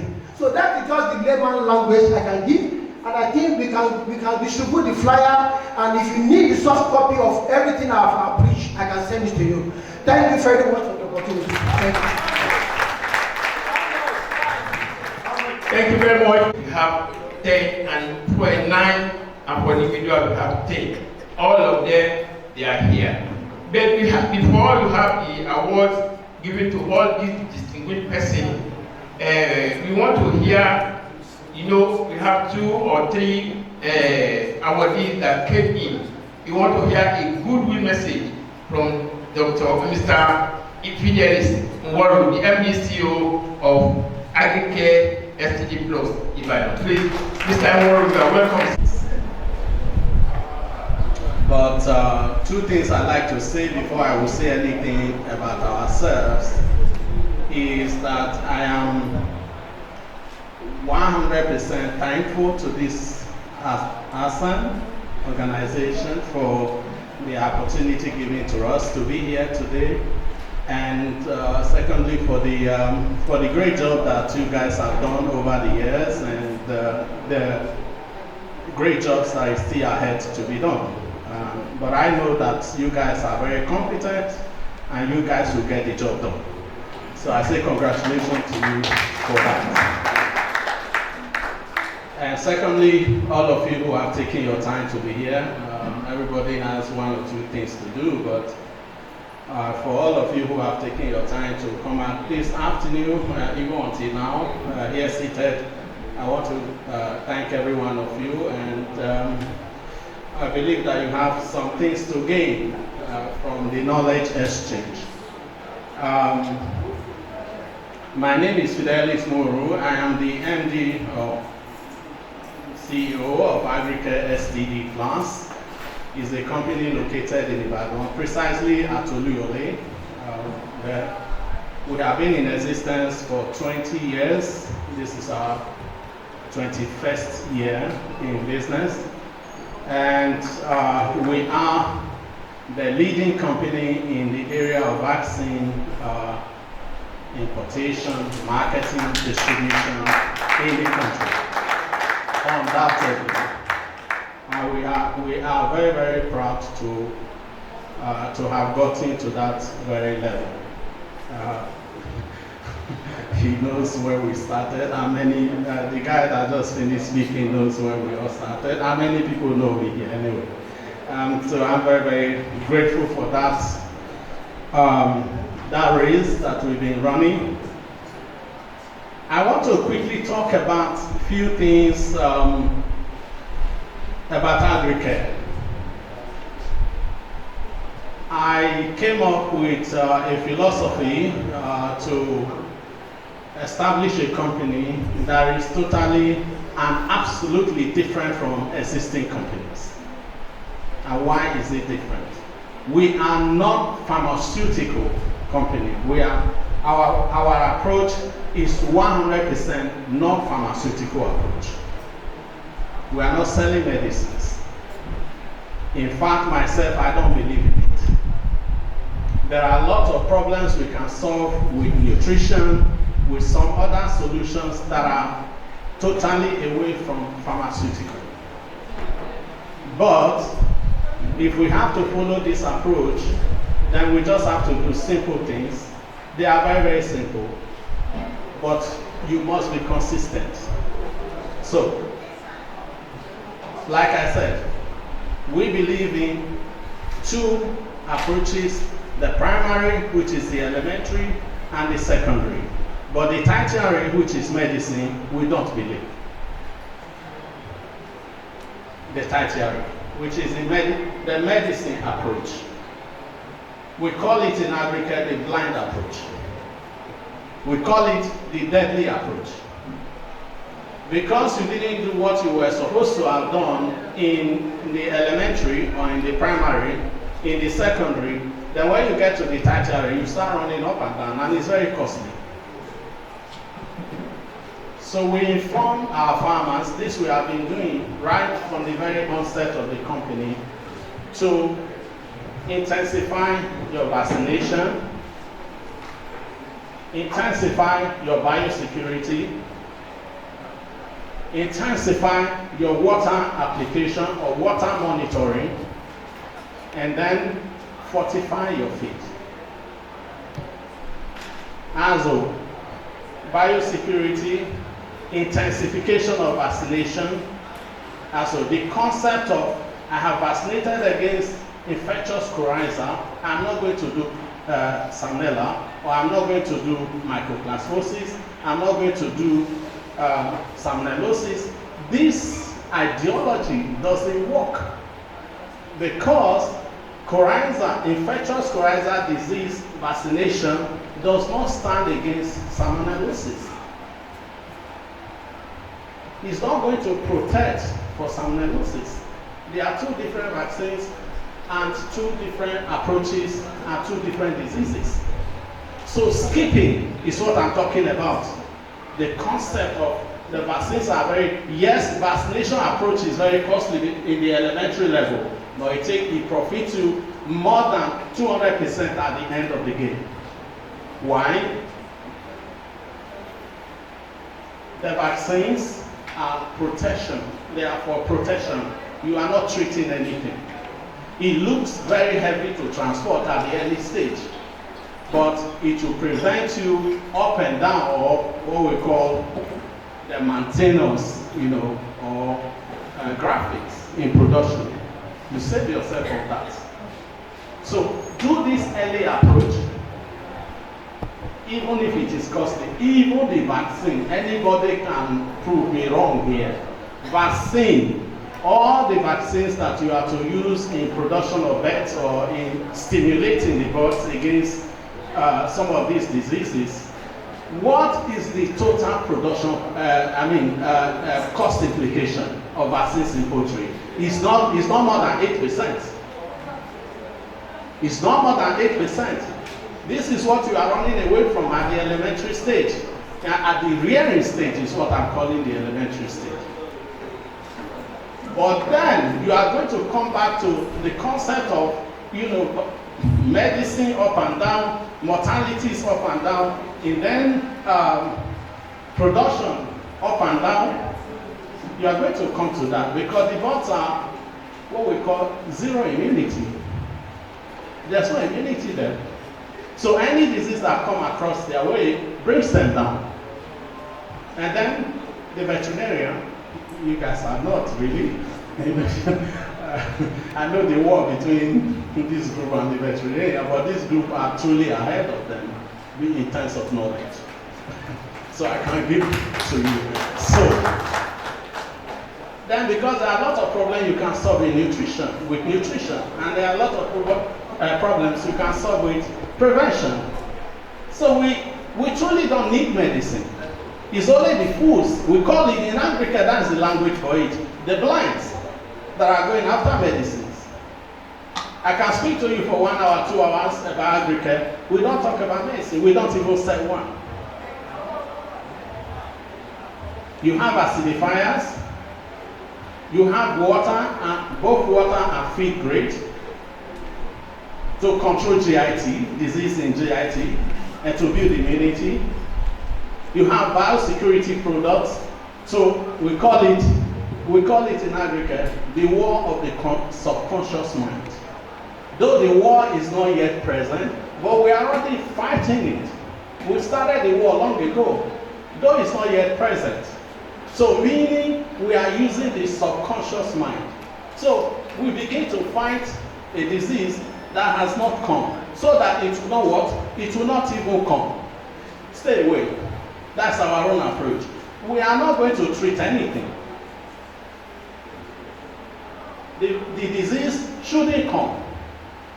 And that is the best approach in this world. You do it with monitoring water, fortifying the feed, and intense vaccination. Do these three things, you don't need medicines. We have done it for 20 years, many farms. Today, we began to talk about acidification of the gut. We began to talk about the pH. pH is everything. Immunity. Get the immunity right. Any animal or human being without immunity is susceptible to diseases. As simple as that.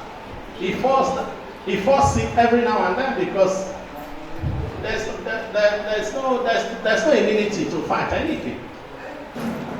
That's why you must vaccinate your guts at all times. Come to agriculture, we provide you the solution. The last speaker spoke about CLD, spoke about it very well. We have a very innovative solution. We call it the CLD vaccine, live vaccine, but it's not pathogenic. Therefore, we are not spreading any bacteria. We are the only one having it. There are 3 of them in the country. You have the R and the F. But we are having K, the non-pathogenic. Meaning in multiple births or multiple age, you can use it. If we use it here for this group can never contact it. Because you have not introduced any bacteria. But should you go and do so with the F or with the R strain, then it becomes a problem. So, in as much as CLD is a major problem that the farmers are combating or battling with, come to agriculture and get the disease from the day one.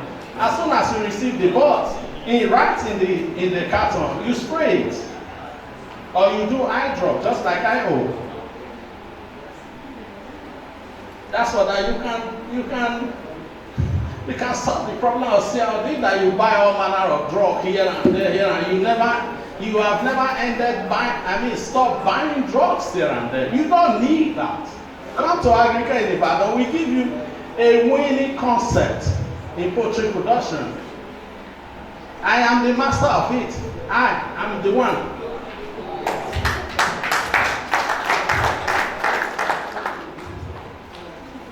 So today we also have anticoccidia. It's new in the country.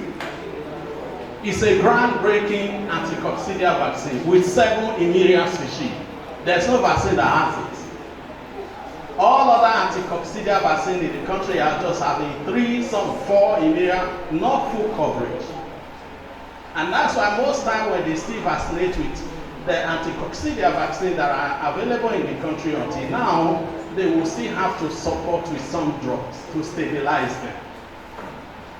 Because they are not what? They are not fully covered.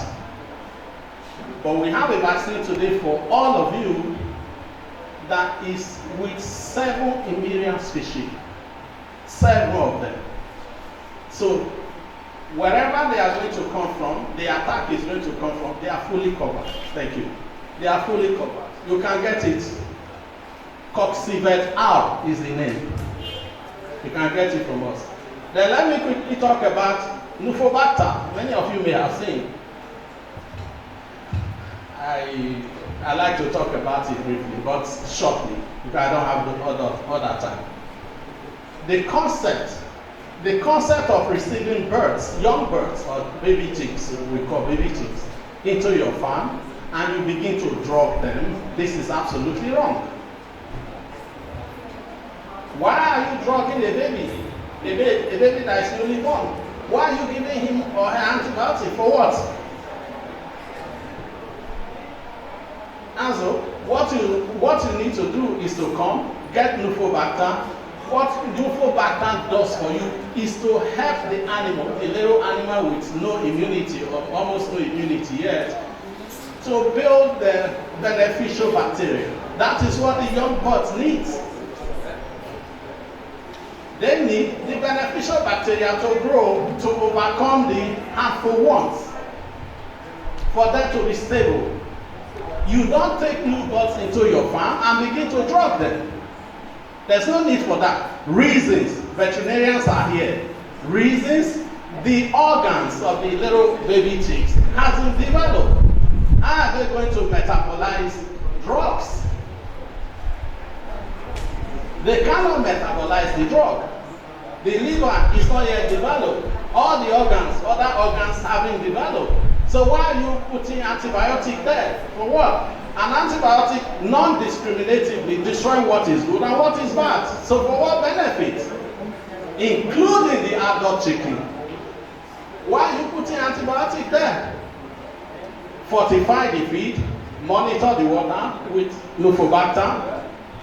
Nufobacter is the only acidifier, water grade acidifier in the country that has copper sulfates to cleanse the GIT and to cleanse the drinking line, the water drinking line, and to create the pH that is needed.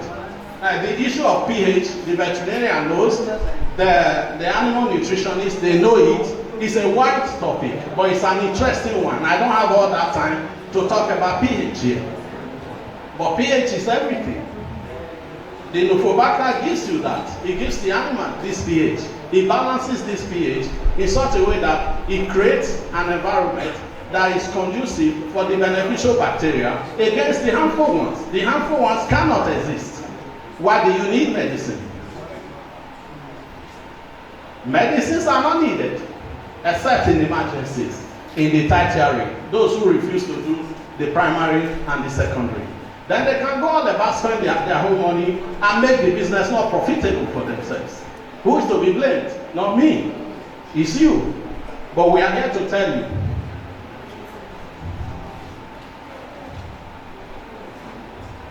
Then finally, I just like to tell Ogun State people that you are doing very greatly in the poultry industry. In fact, you stand number one position. Anywhere I'm opportune to speak, I'll give it to Ogun State people. So, and I want to use this opportunity to commend you all and to advise and to encourage that you keep it running. You will ever remain number one, and God will help you to stand as one. And for these reasons, we are coming with a seminar anytime before the year runs out. You all know that I can talk with 5 minutes or 6 minutes. But I appreciate the opportunity. So we are going to stage a seminar in Ogun State before the year runs out to really exchange knowledge and advice of who we are and what we do and what we believe in. Then finally, I also like to inform you all that today we have our breeders, we have our hatchery, and our birds we are the #1 poultry vaccine company in the country. You believe me that the birds are strictly immunized with all the protection they will need. and therefore the progeny and the quality of the progeny is number one.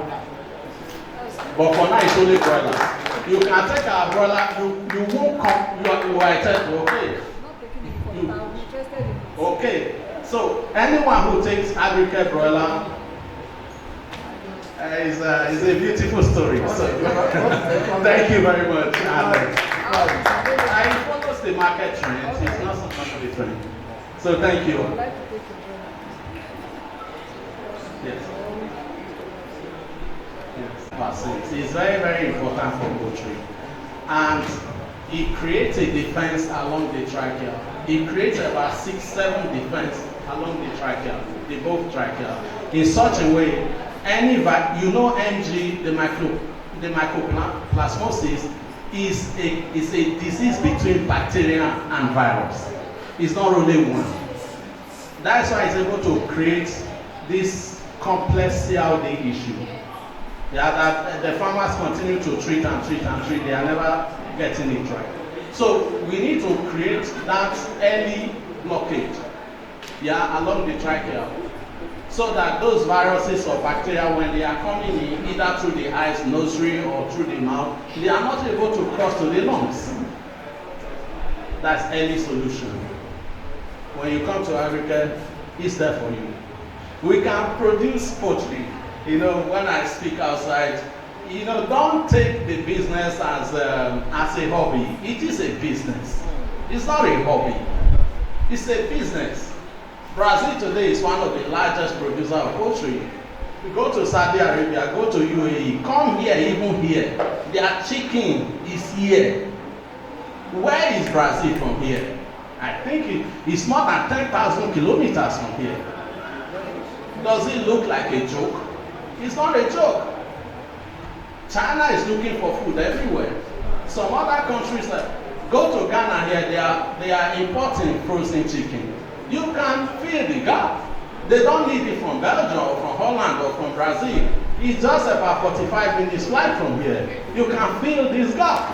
It is a business, it's not a hobby. So be serious about it. Let me challenge you before I stop. What if you say,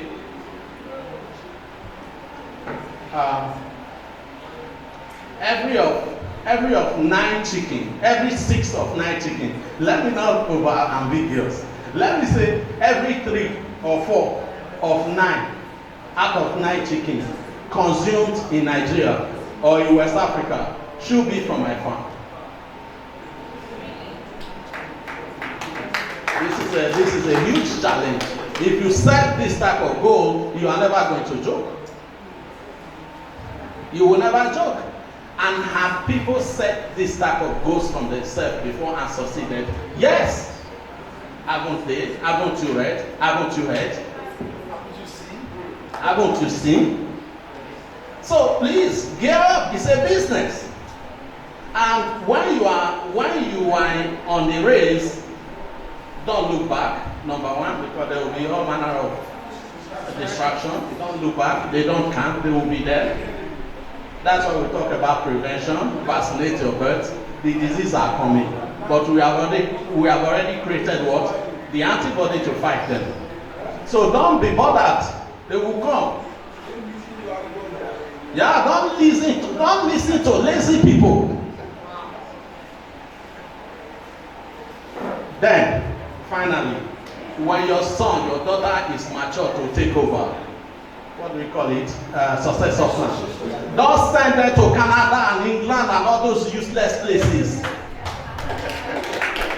Teach them, because they are only going to suffer there. Teach them to take over. I'll build it to some level, pick it up from there. That's why I trained you. Dialogue with your son, not exporting them for stupid labor.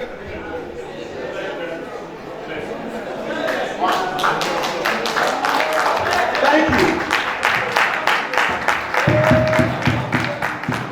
For that advice, for that business advice. Before we go to the next product presentation, you want to have the individual award. The state chairman has ordered me that we should have the individual award first before any product presentation. And during the course of the individual award, we will allow each of the awardees to talk after receiving their award. The first are innocent. And to present the award is the chairman, Poultry Association of Nigeria. The chairman is presenting award to a national president. Almighty God, this award of excellence is being presented to Mr. Areman Ezia by Animal Science Association of Nigeria Ogun State Chapter.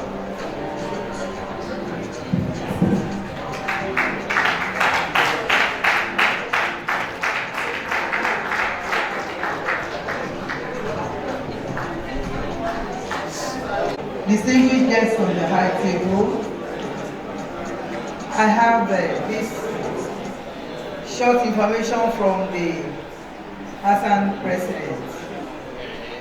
He apologizes for not being able to come here today. In fact, he called me around 6:30 a.m. today to express his apology. He said he called the chairman yesterday and assured him that he would be coming for something cropped up concerning some affairs he had to settle in Lagos concerning his business. As he was even talking to me, there was a phone call at the background. He said it was his driver. He already called his driver to come and pick him to the place. They needed to go to a place very urgently in connection with his business. So he apologizes that for now he's not able to be present. He said, I'm with everybody in the spirit and in total support with the program. It was emergency, as I was called yesterday by the office.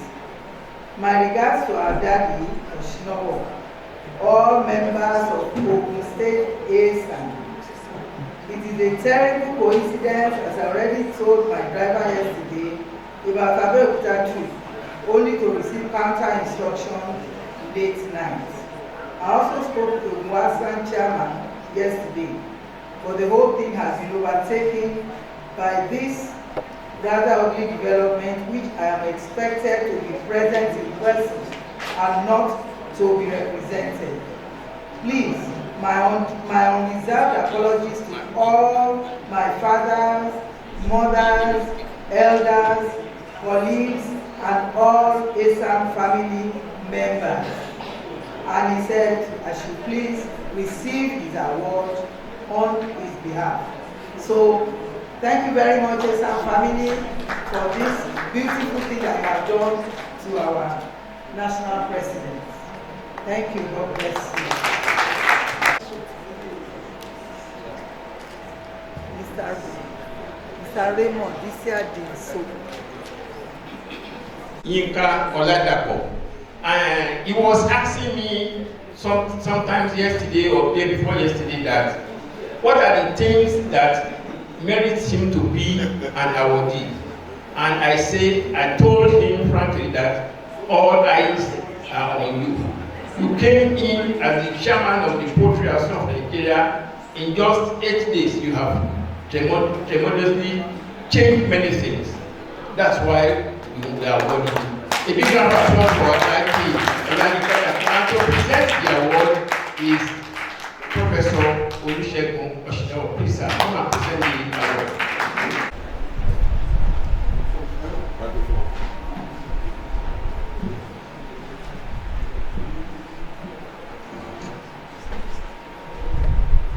Animal Science Association of Nigeria, Award of Excellence presented to Alhaji Lawal Yinka Oladapo.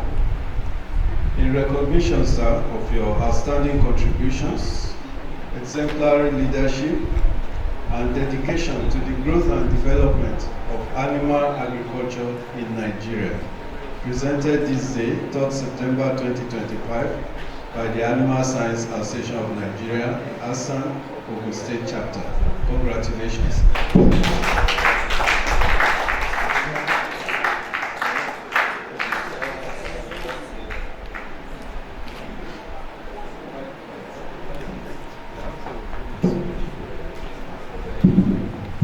I know you must have done this, but I need to do it again. When you were very young, you used to sing that, and I want everybody to please stand up. Iṣẹ́ àgbẹ̀, iṣẹ́ ilẹ̀ wa, ẹni kò ṣiṣẹ́, á máa jalè. Ìwé kíkọ́, láìsí ọgbọ́n, àti àdá.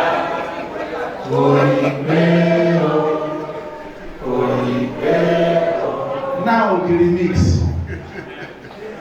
Iṣẹ́ àgbẹ̀, iṣẹ́ okòwò ni, ẹni kò ṣiṣẹ́ á máa jalè. Oko dídá láìsí ọgbọ́n àti òye kò ì pé o. Gbèsè ni ó dà. Can we sing it together, please?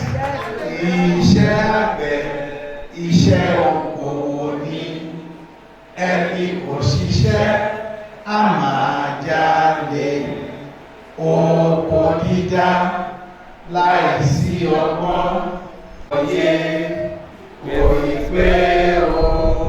Gbèsè ni ó dà. Let's go fire. Please sit and stand. Never be people go today. When this morning, he took us to so many areas of what we should, and Dr. Fidel is true.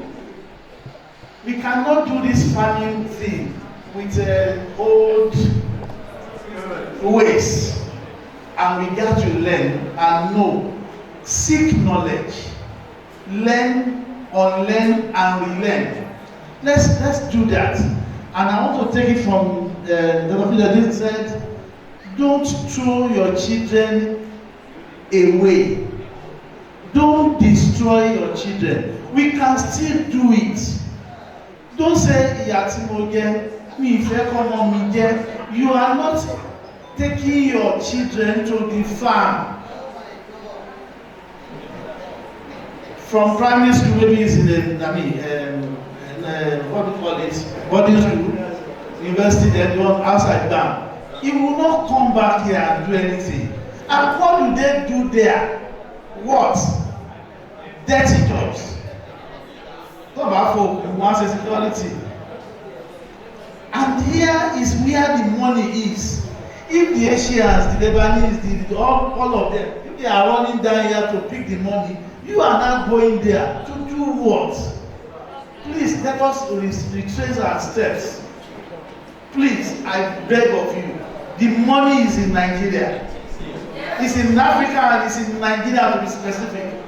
And the money is in Ogun State. Happy sir. It is in. Go and check it. Ogun State.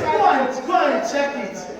The largest collection of poultry farms in Nigeria is in Ogun State, and by extension in West Africa. So where are we running to? And people must eat. Let us come together and do a lot. We have been collaborating, science people, the doctors, the lab, and the like. Let us work together. Last thing, I want to beg, I know the big organizers are here. We have left something to the farmers, to the poor farmers. If the carbonated drink, industry, if they are making billions and the like, what are they doing that we are not doing? They are promoting their products. As deadly as Coca-Cola, I'm sorry to say this, Coca-Cola and all the rest, as deadly as they are, people are still drinking it. See, they don't drink it for us now. We are still drinking it. When we have the best of products in eggs and chicken, we need to promote together. Please, I beg you. Sirs, if you support us to bombard the media spaces, the television of this world, the radio, the media, what, just everywhere. The thing, when we sell eggs and chicken, are you not going to sell, sir? Kachela, if our chicken and eggs are selling, and it is not going to come to you, Dr. Akinwale Akuparoni, let us give that thing. So yes, you have been supporting. I thank you immensely for what you have been doing, but we need to now focus on the public. Let them know any other you don't need to be eating junks. Everybody is just marking their system with junks. But let us promote all over. During the last Lenten and Ramadan period, Ogun State here, we pioneered some things. Some people they supported us. We were on radio, Fresh FM Ibadan, Fresh FM Abeokuta, OGBC, Lion FM in Jebu and the like. We want to take it beyond that level. We want to go national, and we will require your support. Thank you as you continue to support the industry. Professor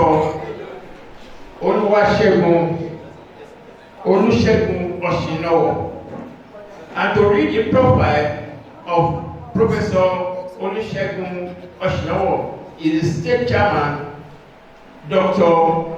Adibola Udukoya, and is to award him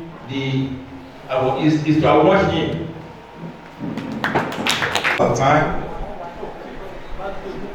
Professor Olusegun Ayodeji Oshinowo, born 25th of November 1950. I was still praying in heaven that time. Married with children, and they reside at Okeata in Abeokuta. Education, honor, and current position. He got his BSc in University of Ibadan, Oba University. Because that's where I had my PhD also. So I'm citing my university. Oba University Ife. Praise the Lord. So Oba University, that's you had his master's degree from Sydney. That should be Australia. PhD from Abu. He's a fellow Nigerian Society for Animal Production, fellow Animal Science Association of Nigeria, fellow Nigerian Metallurgical Society, distinguished animal scientist, chairman BOT Animal Science Association of Nigeria, chairman BOT Nigerian Malacological Society, member BOT Nigerian Society of Animal Production, Hall of Fame Animal Science Association of Nigeria.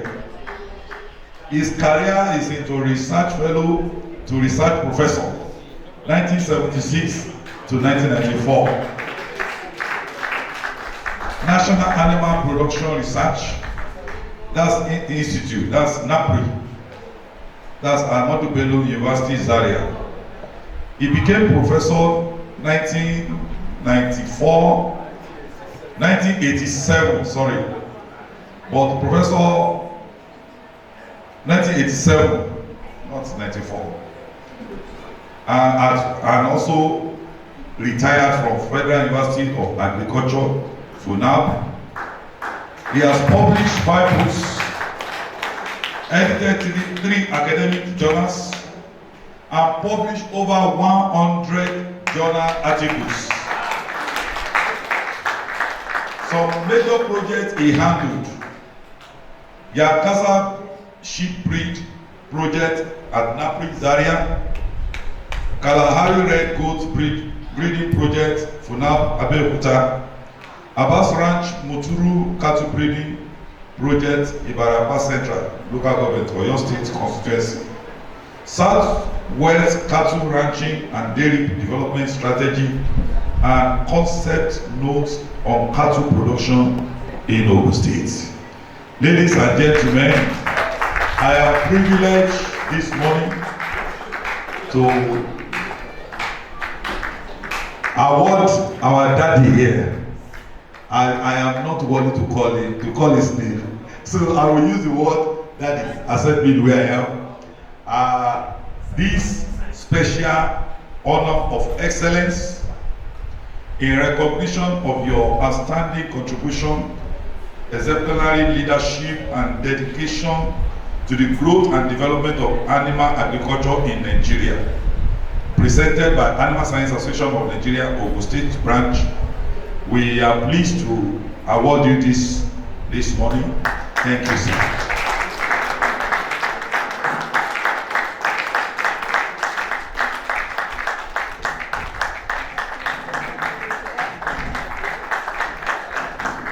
Thank you very much.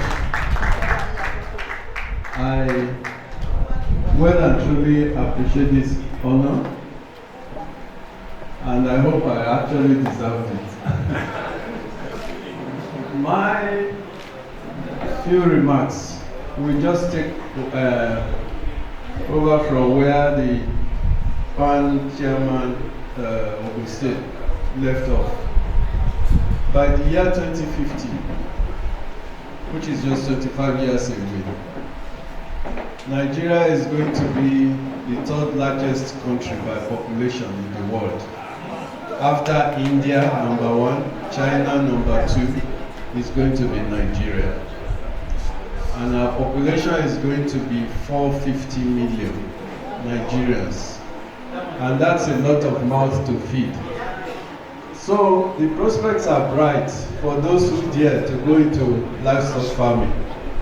So I wish you a profitable endeavor. Thank you so much.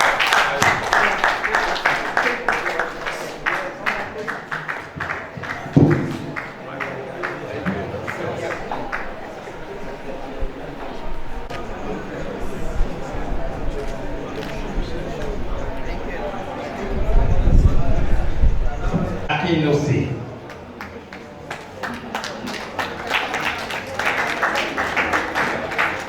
Mama Asan took a PhD over a long time. So many people used to forget that Mama is Dr. Mrs. F.A.O. Akinosi. And to give Mama F.A.O. Dr. Mrs. F.A.O. Akinosi, the award is the Director of Livestock Services in Ogun State, in person of Pastor Adeyemi Abayomi Oshilalo. Please, Pastor. I greet you all. Award of Excellence presented to Dr. Mrs. F.A.O. Akinosi in recognition of her outstanding contributions, exemplary leadership, and dedication to the growth of and development of animal agriculture in Nigeria, and is presented today, the 3rd day of September 2025, by Animal Science Association of Nigeria, Ogun State Chapter, to the glory of God and the blessing of all mankind. Congratulations.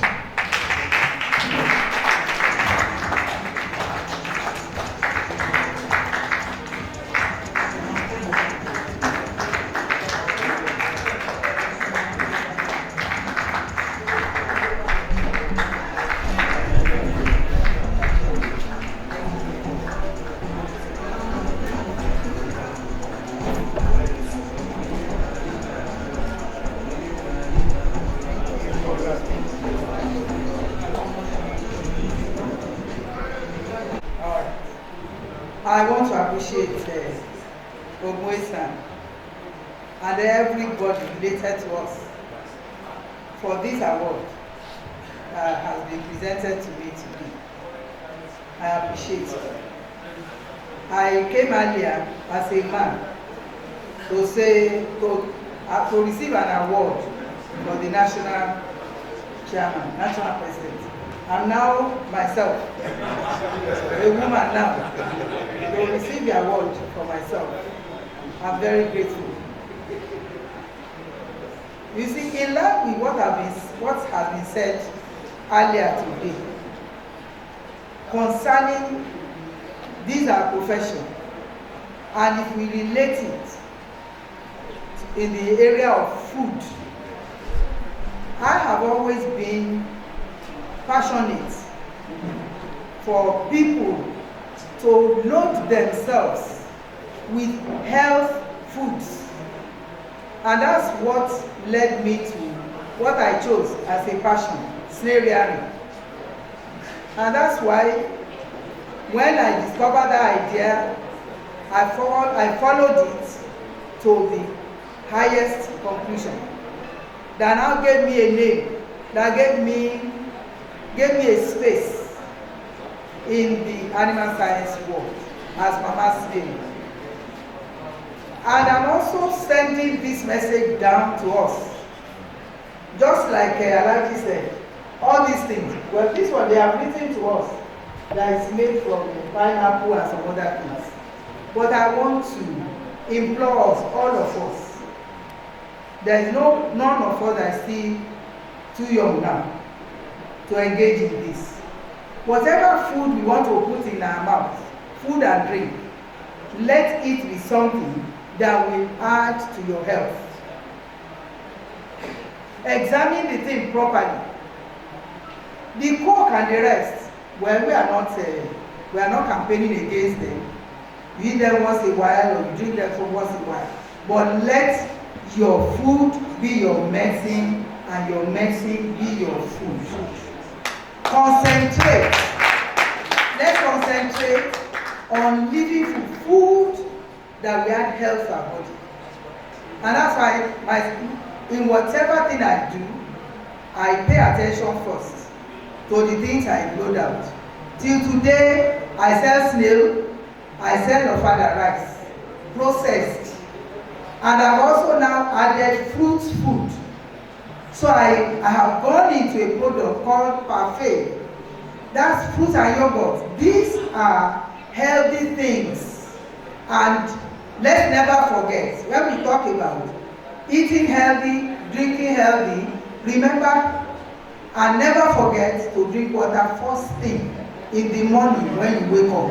Not ice water, not ice block, not even cold water. Warm water, for our best, water at room temperature.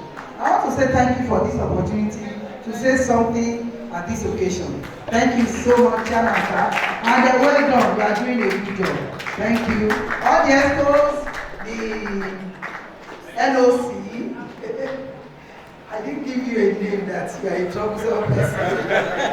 Because this person that is always the troublesome or the one we call Diola, yes. Yeah. Goldfish. That's the one that was troublesome. You never troublesome to me. So please, you are a troublesome person. Thank you so much. Well done. God bless you. There's not that person that the one we call pastor. And somebody said is reverend. Well, anyway, pastor, reverend, Abayomi, Adeyemi, Oshitalu is taking it for Mama Tekla. And to present it is Mr. Fidelis Nworo, the MDCO of Agri-Care. Thank you very much, Pastor. And our congratulations to Tekla Efuwakwe and for her outstanding performance or contribution, exemplary leadership, and dedication to the growth and development of animal agriculture in Nigeria. We all together send our regards to her, and wherever she is, we pray that she goes safely and come back safely, and her journey be blessed. And I want to say that if you aren't worthy to receive this presentation or this award on her behalf, she wouldn't have nominated you. So I want to also thank you for the representation that you have chose to stand for here. And with this, I present to you this award of excellence on her behalf. And we pray that God bring her back safely to receive it herself. And we know that God will also keep you up to then to present it to her. Thank you very much.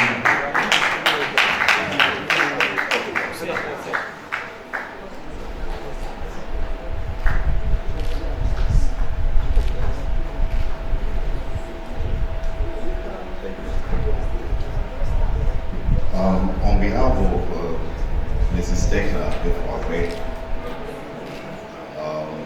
she's currently in Canada, and she has asked me to receive things on her behalf and to thank the organizers of this program, particularly the president.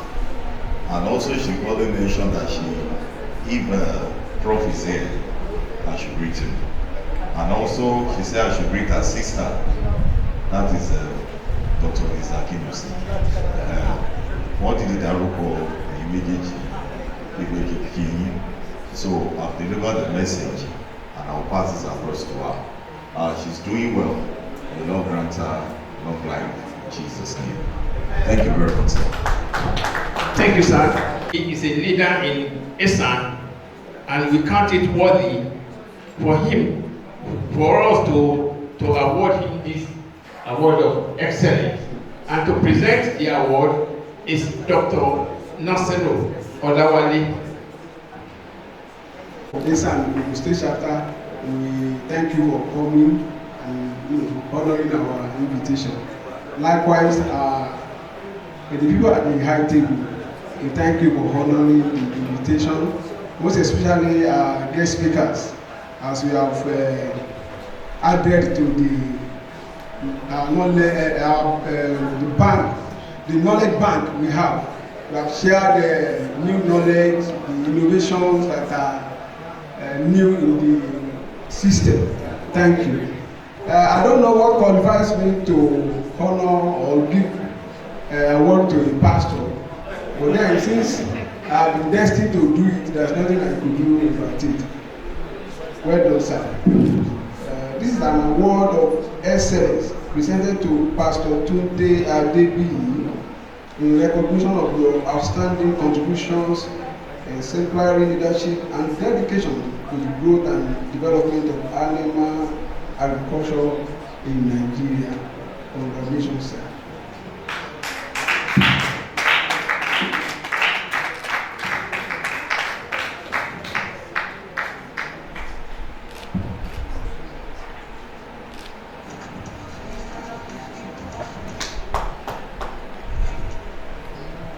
This opportunity to be so recognized, and I want to thank God for the passion that He has given us to flow on as animal scientists. It's a passion-driven profession that when you look at people that are ahead of you and can pick one or two things from them, you move on. I want to recognize and appreciate the effort of our forefathers in the profession, both living and gone, from whom as students we learn from. One of them is Professor Shinowo. There's always, I still have some of the write-ups, their publication, Adu et al., where we have Professor Adu, the late Adu, Professor Shinowo, Professor Tege, and Professor Taiwo BBA, writing on development of Shika, goats, and some other things.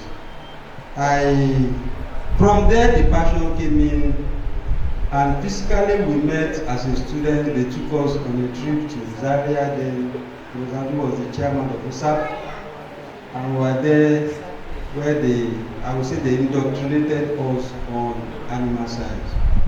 It is that passion that pushes me on, and when I got to the professional level, it became something that we cannot but carry on. And I also want to appreciate what we are seeing today. I want to appreciate Mrs. Antimokwe for it.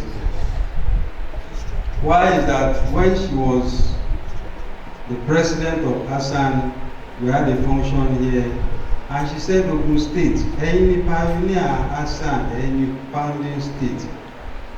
Why would this be? Pastor David, please take over and make sure that we have a chapter that is passionate and that is vibrant for the state. And that is what we are seeing today. So thank God she's here to witness this. And in the whole country, I'm sure I'm not mistaken, Ogun State Asan is the first one that had what we can call Asan Week. It's a foundation that we have started, and it will keep moving on. I want to commend all of us. Having appreciated this, I give glory to God for it. It's not about me. I don't know how to do anything, but God knows how to do it all. Thank you very much. Thank you, Pastor Adeyemi Oshilado is the Director of Livestock Services and is an Asan member, is a registered animal scientist. In that line, we want to invite somebody who's also a registered animal scientist. Animal scientist is presenting to animal scientists. We want to invite Mr. Valentine, the MDCO of Pigfeed Nigeria Limited, all the way from Akure, to come and do the presentation for our own Director of Livestock Services, Pastor Adeyemi Abayomi Oshilado. Great farmer, great Asan. Good afternoon, everybody.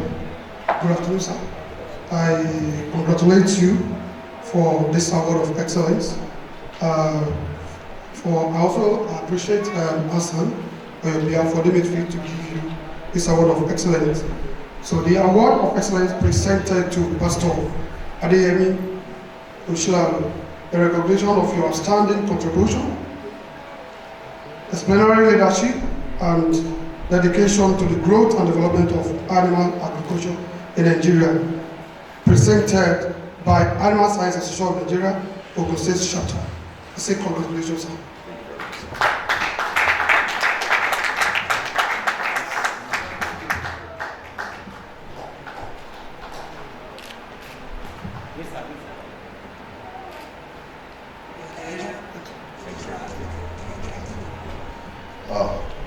I don't know what to say again, but like Mama said, he and she together. I came as a she, and now I'm here as a he. So thank you very much, my chairman, and all the advisors on the high table. Normally, the way we have been taught in the civil service, once somebody of the higher hierarchy speaks, you don't speak. And I'm going to follow that protocol. So I have nothing to say other than to write on all that we say. So thank you very much for the presentation, and by the grace of God, Asan will move forward. Thank you very much.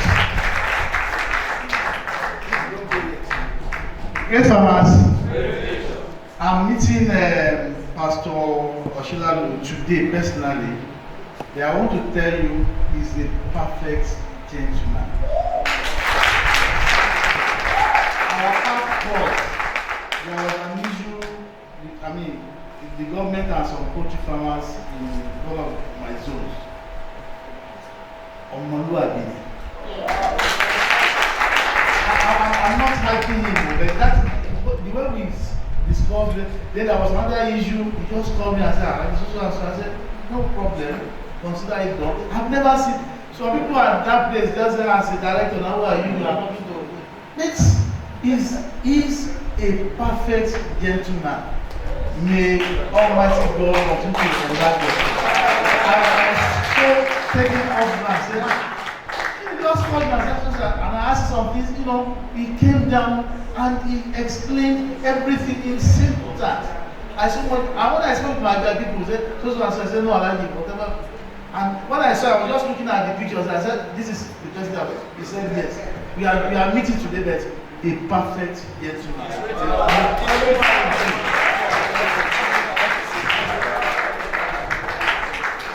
The next award is going to is a perfect gentleman. I'm about to read. In fact, I may not need to read again because even before she was called out, a lot have been said about her. But she's my mommy.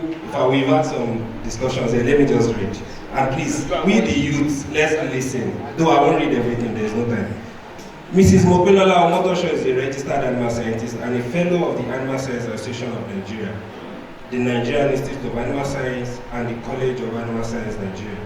She has over 20 years experience working in the first indigenous animal feed manufacturing company in Nigeria, Pfizer Livestock Feeds, LSF, where she featured in several roles, and she graduated and promoted and multiplied to the highest of the roles to become operations manager, assistant general manager, quality assurance, and a lot of other roles that there's no evidence.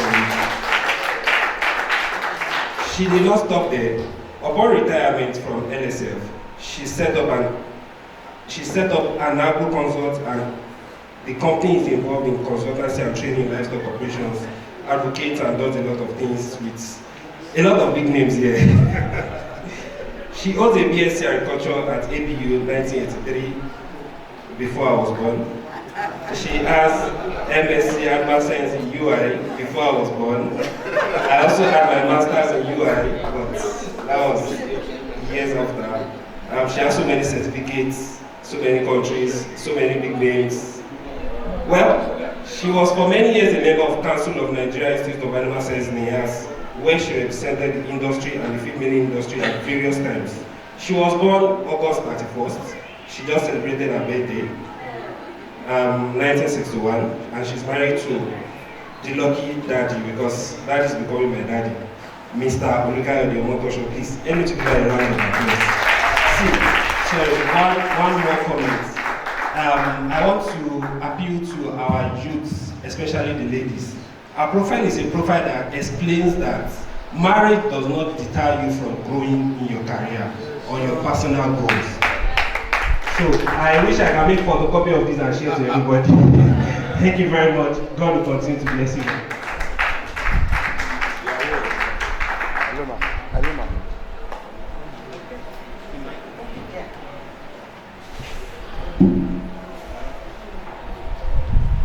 Good afternoon, everyone. I find it very overwhelming to do this, but I must say this, I feel blessed to be opportune to do this to you all. I really want to take us back a little, just 30 seconds. I want to refer to Daddy Professor Shinawa. I took my proposed PhD topic to you, seeking your post-graduation years back. Professor Ian Bangoshe was supposed to be my supervisor there for animal nutrition.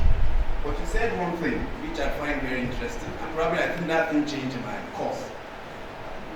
You said, when I read my topic to you, you said, why are all of you patronizing topics that are not commercial,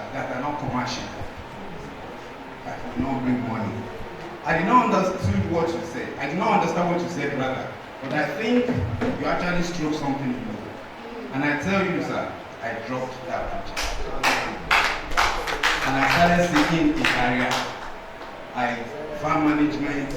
I went to be farm manager in farms.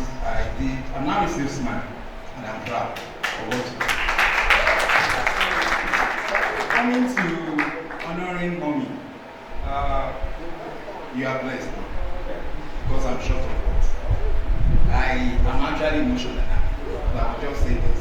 May Almighty God continue to expand your course already expanded anyway, but it will keep expanding because I feel blessed and we are all honored for having you. God bless you.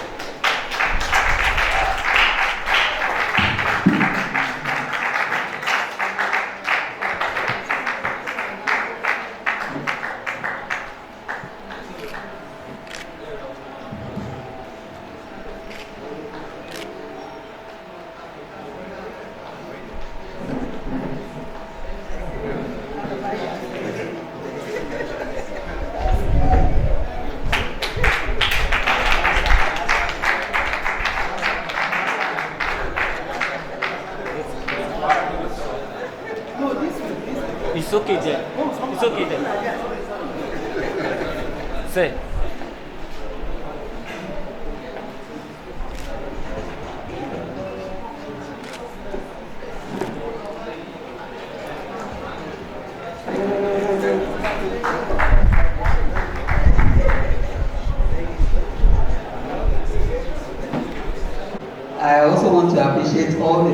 Vice Chairmen of Ogun State for the good work that they have done to build this branch. It's true, you know, I remember vividly, that's my first, the program I attended here, and so when we were coming, I remember everything that happened that day, and I thank God that you took up the challenge. Ogun State is blessed, sir. Ogun State has always been the state with the highest population in Nigeria. I used to be in charge of, what is this, poultry stock population where I work in livestock feeds. And so we used to, you know, give special recognition to Ogun State. And Ogun State is still developing. There are a lot of people who want to challenge it. But then we do our analysis and we tell them that, look, number of farms in Oyo is big. It's plenty.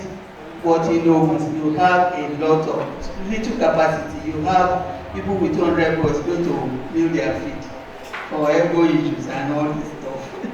So I want to thank you, sir, that heading Ogun State hand at this time with your mindset is also a blessing. And I'm happy to meet you today. Funny enough, I'm not sure I've met you. I used to know a lot of farmers. Yeah, and I'm happy to meet you here. And a lot of the other people here, our agri-care man, I know agri-care. And I'll tell you how. I'm also happy to meet other feed millers. In our institute, we look at ourselves that we say, look, there are 3 tribes. The academia, the policy, and the industry. So for everybody that is in the industry is my family member. And so I'm also happy to meet a lot of you know, feed millers and other people that are here. I'm grateful Prof is here, and I thank God that Prof, even with his age and experience, is still in support. Somebody like Prof is also an encouragement to some of us that, look, there is no retirement in this business. And I want to encourage everybody, we have to keep moving. Even people that are in the oil industry, they will not taste the oil before going out. And everybody must eat. So we must continue to push on. And I'm sure that very soon things will continue to take shape, take better shape, really. And so that we will be more self-sufficient. So I want to thank you again very much, and I congratulate Asan. You are a branch, sir. You are a branch. You are not a chapter, sir. You are a branch. You are not a chapter. So I congratulate Asan. You have made a lot of progress, and we are happy with the progress you are making, and we hope that you continue to make progress. Thank you. Thank you, ma'am. Of Ogun State branch. Thank you very much for that correction. The next award is going to Mr. Oluwadari Olayinka Kuforigi to step forward and to read the profile of Mr. Oluwadari Kuforigi. Olayinka Oluwadari Kuforigi is Mr. Akishete Olasukomi, and to present the award to him is no other person than Mr. Fidelis Omoro. Sorry, we are inviting you for the second time.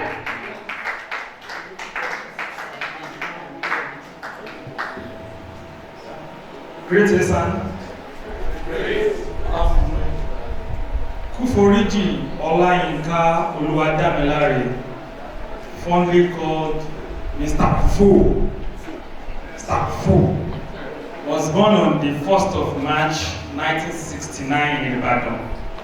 He is an indigene of Abeokuta. He attended Sacred Heart Private School, Ring Road, Ibadan. St. Benedict Private School, Okelewo, Abeokuta. Abeokuta Grammar School, Idiaba, Abeokuta. He also went to Obafemi Awolowo University, Ile-Ife, Osun State. He served in Kano State with Audu Bako School of Agriculture, Abdullahi Wase Polytechnic, Dambata, Kano State. He worked as a teacher with his Teaching Service Commission of Ogun State, and he taught at Odo-Ogolu Comprehensive High School, Odo-Ogolu, and Agunbiade Victory High School, Magbon. He later crossed to civil service, where he worked.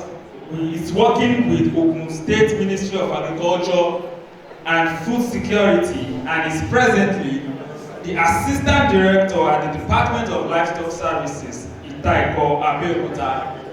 He was inducted as a registered animal scientist in 2013 in Abuja. He served Asan, Animal Science Association of Nigeria, Ogun State branch, as the State Secretary, the State Chairman, and presently is the ex-officio one. He is married with children, 2 females and 1 male. Ladies and gentlemen, Kuforiji Olayinka Oluwadamilare.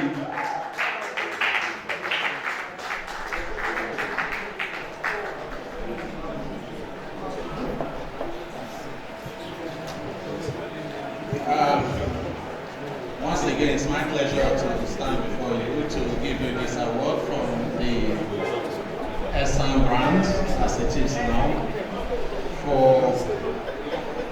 in recognition of your outstanding contribution, exemplary leadership, and dedication to the growth and development of animal agriculture in Nigeria.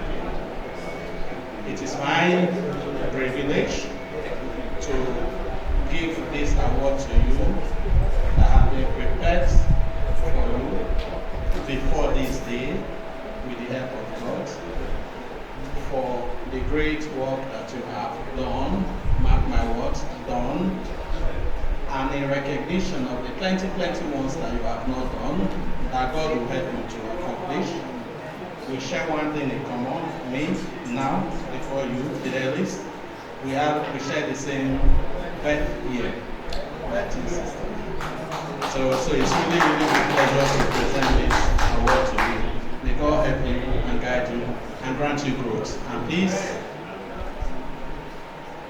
and long life in good health. In Jesus' name.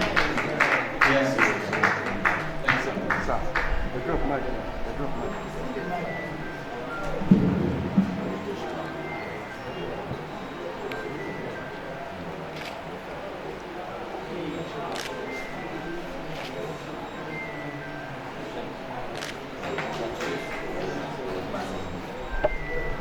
My director has spoken, but I still feel I should say thank you for this. I know I've done very little. I still have so many things bottling up inside me. I want to appreciate some people that have helped me in this profession. The first animal scientist I know in this world, the first animal scientist I ever knew in this world is Dr. F.A.O. Akinosi. And she has been the mentor from like this till I became a registered animal scientist. My great thank you will go to my junior ones in the office, in the livestock services. They're actually the one that have pushed me to be doing more and more for us. For everybody, you have encouraged me one way or the other. I appreciate you. Thank you very much. I asked Professor H.A. Awodobi of Olabisi Onabanjo University to help me vet that profile, do the summary so that it can be read in 2-3 minutes, and Professor Awodobi have done justice to that, is to read the profile of the next awardee, and it's no other person than Dr. Odukoya Agibola. You will say that, on our word, we at Asan, we don't want to believe that prophets don't have dignity in his hometown. Our own prophet, our own man, our own chairman is having dignity, is having recognition in Asan because of his good work, and we expect him to do the more. A big round of applause for that. And we are calling on the chairman of the Poetry Association of Nigeria, Alhaji Olayinka Lawal, to come and give him the award.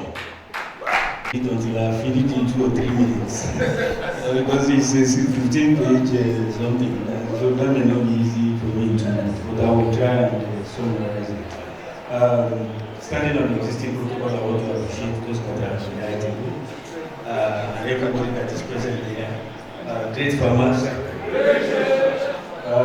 Let me especially acknowledge our most reverend professor here, Professor Oshino. You know, people cross your path that you may not remember. I've had the visit to walk into his office also before. As a master's student, my supervisor was Dr. Adich Modern. He traveled outside Nigeria, and I needed somebody to guide me as much as possible. So I had to come over to Fina, enter his office, and then explain to him. But he brought out the practical manual that he tore out from it and then started explaining to me and then gave me that turn out.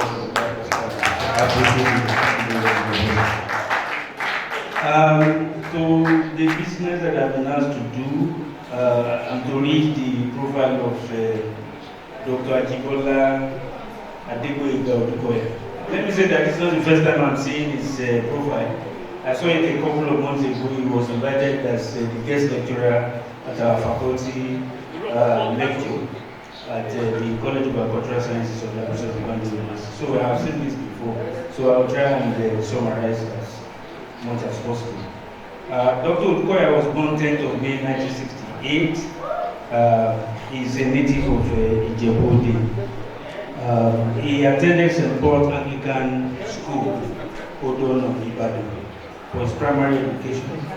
Attended Government College Ibadan and graduated in 1987 for his O-level certificate. Graduated from Obafemi Awolowo University in 1994 and had his master's and PhD in agri-biochemistry and nutrition in 2000 and 2018 respectively. Dr. Odukoya served in EU from what I have here in 1993, in 1994 rather, as an agri teacher. Thereafter, between 1996 and 1999, he was farm manager at the Winter Poultry Farm, Ring Road, Ibadan. And I think Nigeria happened to him. And then he became a class teacher between 1999 and 2001, teaching agriculture and mathematics at Queen's School in Ibadan. And then in Morella American School, Bodija, between 2001 and 2003. But I think the passion of this man for animal science and agriculture will not allow him to rest. So he joined Obasanjo Farms Nigeria Limited between 2004 and September 2010, and he served in various capacities on that farm. And I think he wanted to be himself. Between 2010 and 2014, he ventured into private practice as an animal scientist. I wouldn't know what. Then he later joined Honeywell and worked at Honeywell up till 2018. And I think today is in private practice of his own. Ladies and gentlemen, I present to you Dr. Ajibola Adegboyega. Thank you very much.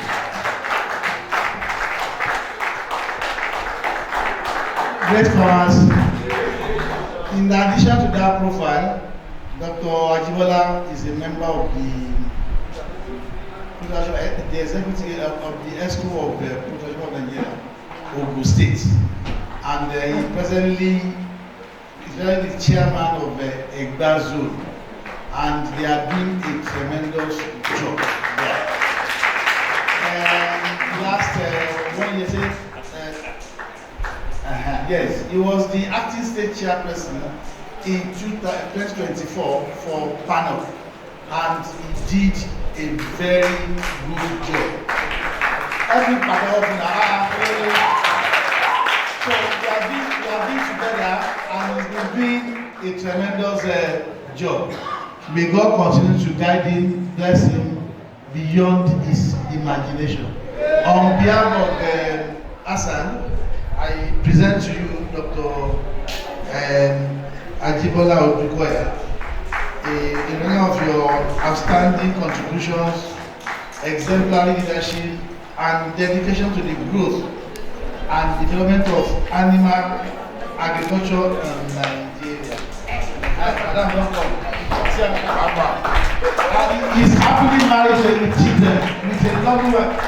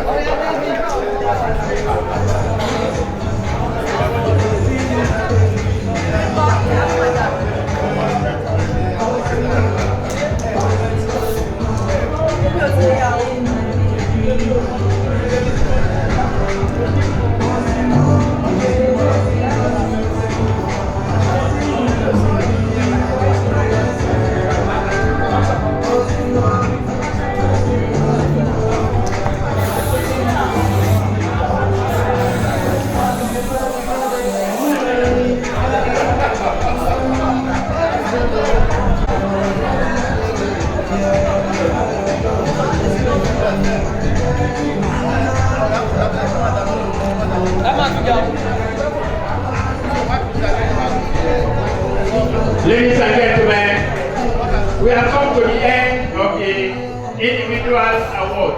We will rally everything round. Of research, we delved into pharmaceuticals. And I recall that when I joined in 2021, there was a huge gap between local product and foreign product. But today, I think the story is different. And thanks to you for choosing Kashalan. Thanks to you for your undying support. For Kashalan, thank you so much for your loyalty. Now, let me give you the vision statement of Kashalan. If you look at the slide, you will see our vision statement is to be the hallmark in the delivery of innovative, quality pharmaceutical products and solutions that enhance life and healthy living. You will soon find out why we are innovative. You will soon find out why. Now, we have a product called Parachute Oil. Parachute Oil. But before I go into the details of Parachute Oil, permit me to build up to my product presentation with an empirical insight. Please, next slide. Now, there we have antimicrobial resistance.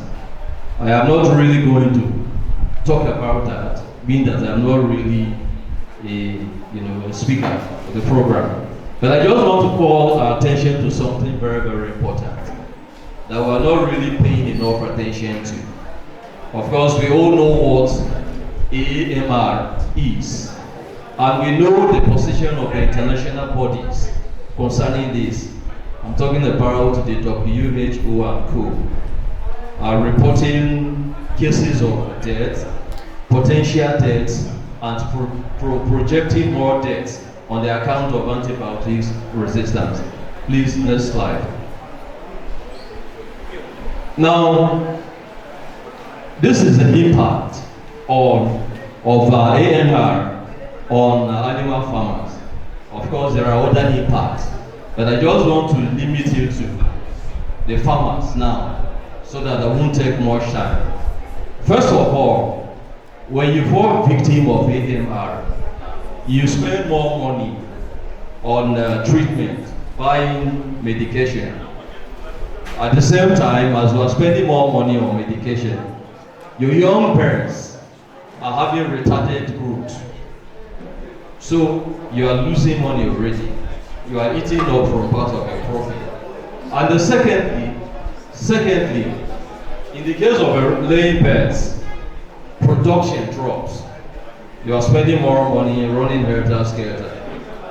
Currently, I know a farm that is heavily indebted to some feed millers on the account of crash in egg production. Because without the sales of eggs, you can't really generate money for, to have the running cost of your farm. And eventually, you start having mortalities. You start having serious mortalities. Next slide. Now, this is where I'm going. There are very few out there that you can quickly run back to. So, what do we do? What do we do? I've seen farmers buy the flag of what is listed there at the time. At the point of taking DOC, they just go and blast them with it. So, use of the liver support, use of essential vitamins, and biosecurity, and proper vaccination schedule. Next slide. And then we come back to organic acid as a biosheet oil. Biosheet oil is a blend of organic acid. And like I said before, a particular presenter has spoken extensively about organic acid. Alright, biosheet oil takes care of fungal infections or prevents a fungal buildup, let me put it that way. It also serves as water treatment. It improves the feed compression, and it also serves as an antibacterial. Alright, so instead of just blasting your birds with antibacterials when there is no need, you can quickly go to you can easily go for this. Next slide. Then liver tonic. Liver tonic. We have our HEPA clean. And if you look at the composition, in addition to the common laxatives that you have in others, the Sorbitol and Co, we have a silimarine, which makes it a very potent liver tonic that helps in detoxifying, toxins in the liver of your birds. And as the first speaker said, the liver is like the powerhouse of your birds, where all the major metabolic actions are taken. Next slide. Next, please. Yes, that's the cash provide. We talked about essential vitamins. Alright. Now that has like 17 amino acids. it is very, very good for brooding. It is very, very good for brooding. It is very, very good for broilers. And when in your laying birds, when you are having issues of amino acids deficiency, you can also use it. You can equally use it when your birds are producing very well. They are not having any other underlying issues, but you just want to increase the egg size. You can equally use it. Next slide. Next. And then catch flux. Catch flux is 20% ciprofloxacin, a broad spectrum antibiotics. It is one of our first products, so I won't want to waste much time on it. Next. Also 1% ivermectin called cajome. Like I said, we produce everything here in Abeokuta. And as the professionals here may know, it is one of the products that degrades quickly.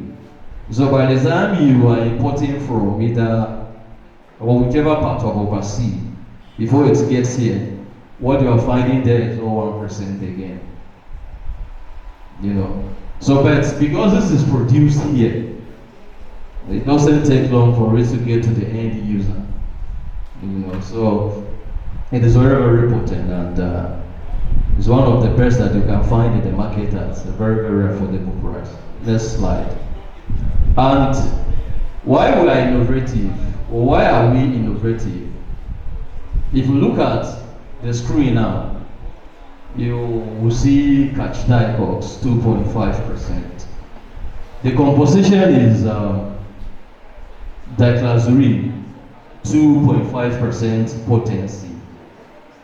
2.5% potency. Fortified with folic acid and vitamin K. We are all professionals here. We know what they mean.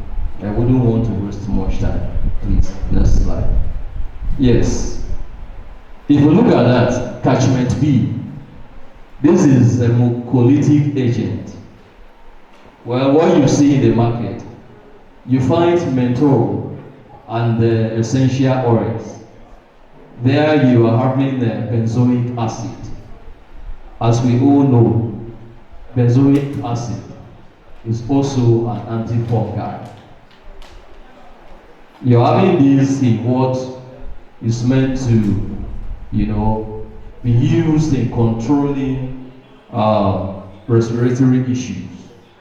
You know, so that's how innovative we can be at Kachela. This is the next slide. And again, because of time, we have a 15 products on our radar, but because of time, I won't be able to discuss all of them here. But then we are out there just by the door here, and you can always run to any of the vet pharmacies around or reach us through many contacts. Thank you very much, and once again, I appreciate the opportunity given me. Why Asan is finding it worthy to recognize them. And among the 25 companies that we aggregated together, we searched them together, and we found that 9 are qualified for our presentation. I've read them to you. First on the list is Animal Care Service Consult Limited from Ogereremo. And to read the profile is Mrs. M.S. Akinao Agnes, Animal Care. And to take the award is Mr. Aduragbebi Bangbeu, is a member of Asan and is the sales rep covering Ogun State here and beyond. Mrs. M.S. Akishawon Agnes, you are welcome. M.S. Animal Care Services Consult Nigeria Limited fondly referred to as Animal Care, is a wholly indigenous Nigerian company in the business of poultry egg production, commercial livestock feed milling, aquaculture, manufacturing, procurement, and distribution of animal health products. Established in 1979 as a sole proprietorship business in a one-room small apartment, the company has over the years grown to be a leading operator in the Nigerian livestock industry.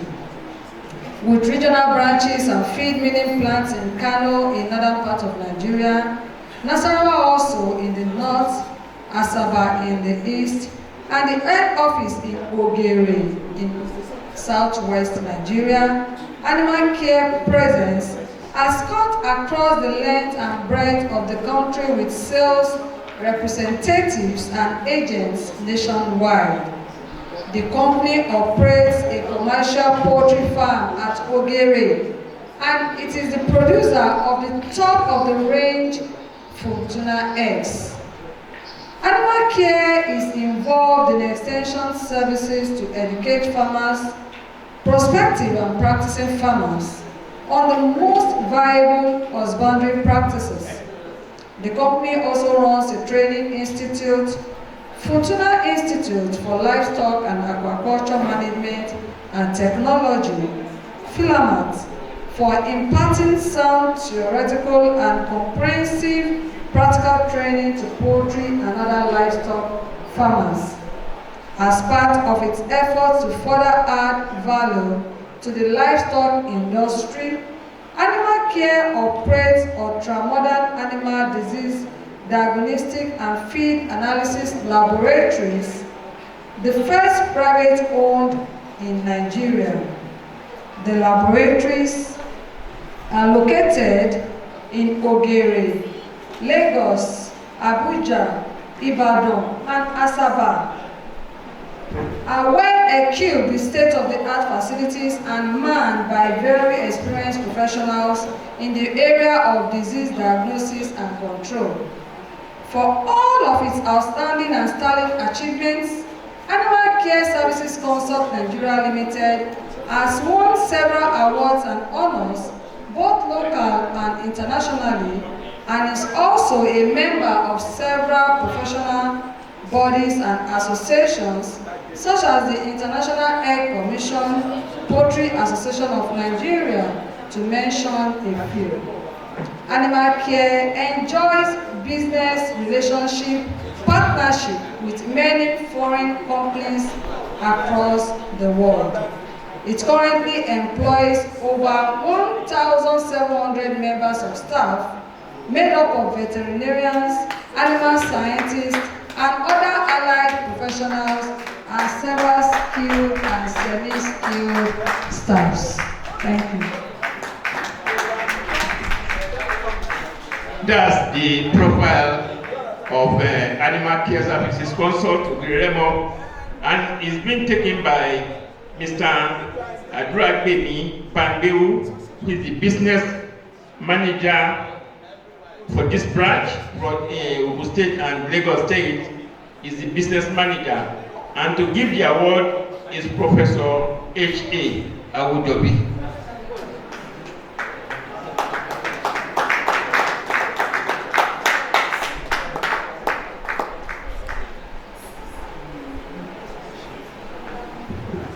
Thank you very much. Good afternoon once again. It's very much good afternoon. I have the honor of presenting this award of quality presented to Animal Care Services Consult Limited in recognition of your outstanding contribution, exemplary leadership, and dedication to the growth and development of animal agriculture in Nigeria. This is presented to the company this 3rd day of September 2025 by the Animal Science Association of Nigeria, Ogun State Branch. Congratulations.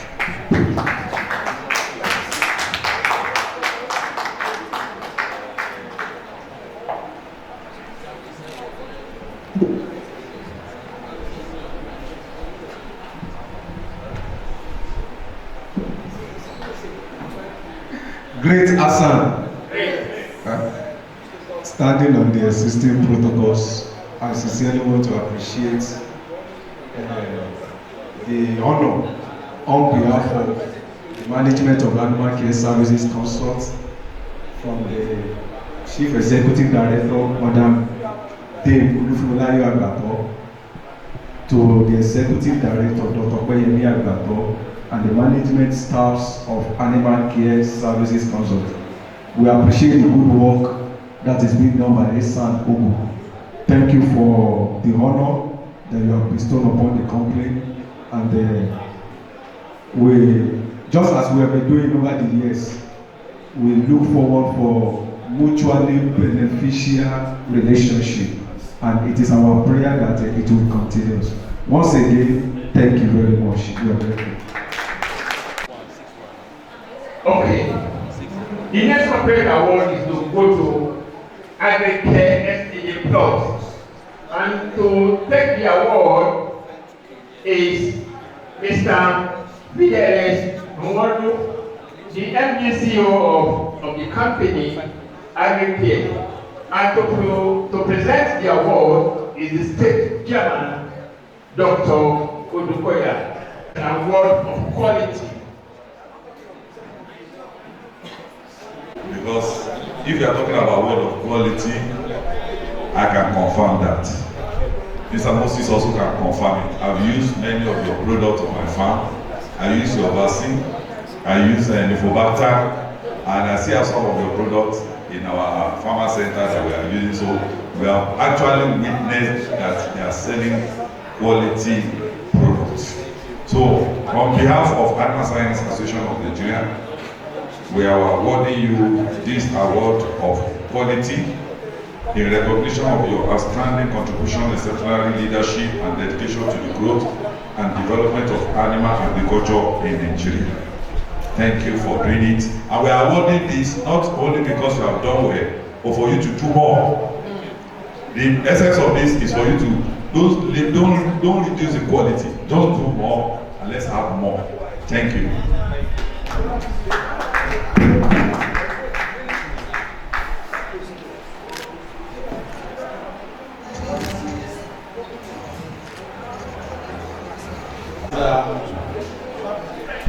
It's really overwhelming for this award, and particularly very grateful having to receive this in this great state and the most advanced state in poultry industry and the leading state in the poultry industry, and not only poultry industry, I may like to say. Take away Lagos, if at all Lagos should compete with Ogun State in industry. Ogun State is shoulder to shoulder with Lagos. So excellent to the Ogun State people in different areas, not only in poultry.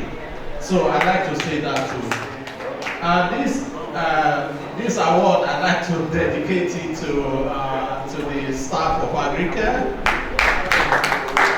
and I'd like to dedicate it to my wife, who had worked very, very hard. I was very happy to see Madam with all the great job behind her. It shows that women, what a man can do, a woman can equally do or even do better. So this, I'm dedicating it to all of them who have made it possible for Agricare to do what it is today. It is a leading company, I'm not ashamed to say that. And the presenter had also made a remark over that.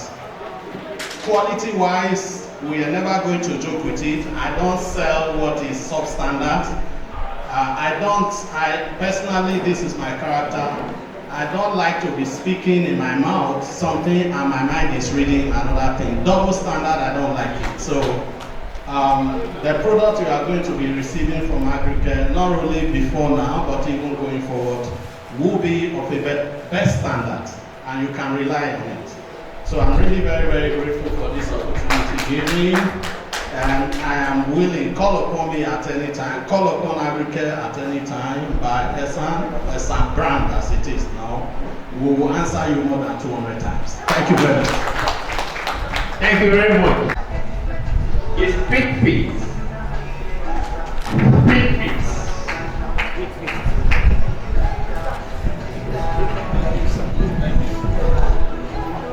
David of Ibadan to come to Abeokuta with very, very grateful. Yes.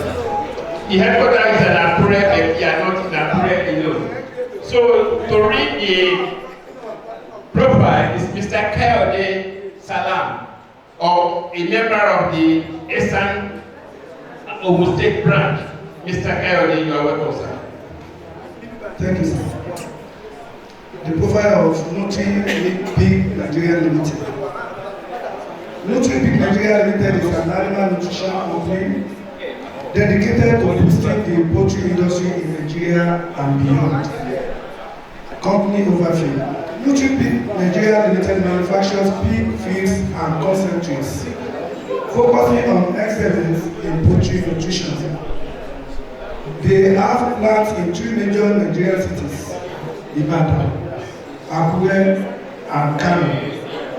Nutri-Big Nigeria Limited is focused to offer innovative products and services that will give big farmers to make them and their customers derive excellent satisfaction.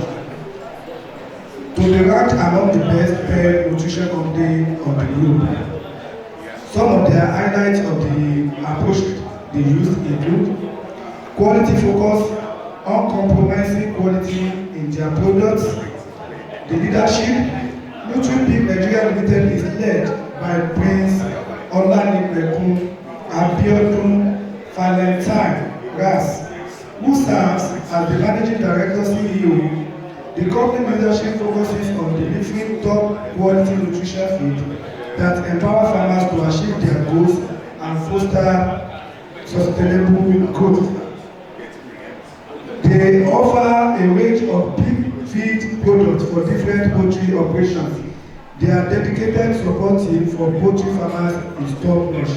We present to you Nutri-Big Nigeria Limited for this award of excellence corporate category. Thank you.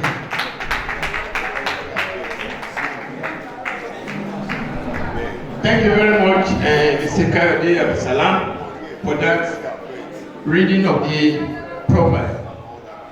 To present the award is Mrs. Mokolola Omotosho, and Asan, Mama Asan presenting to an Asan, Dr. Valentine Abiodun, the MDCO of Nutri-Big Nigeria Limited. Thank you very much. This award of quality is presented to Pig Feeds. It is a recognition of your outstanding contributions, exemplary leadership, and dedication to the growth and development of animal agriculture in Nigeria. I want to appreciate all what you are doing, the provision of good quality feeds in very good locations within Nigeria, and the way you are expanding, trying to reach people. I pray that you continue to grow from strength to strength. Congratulations.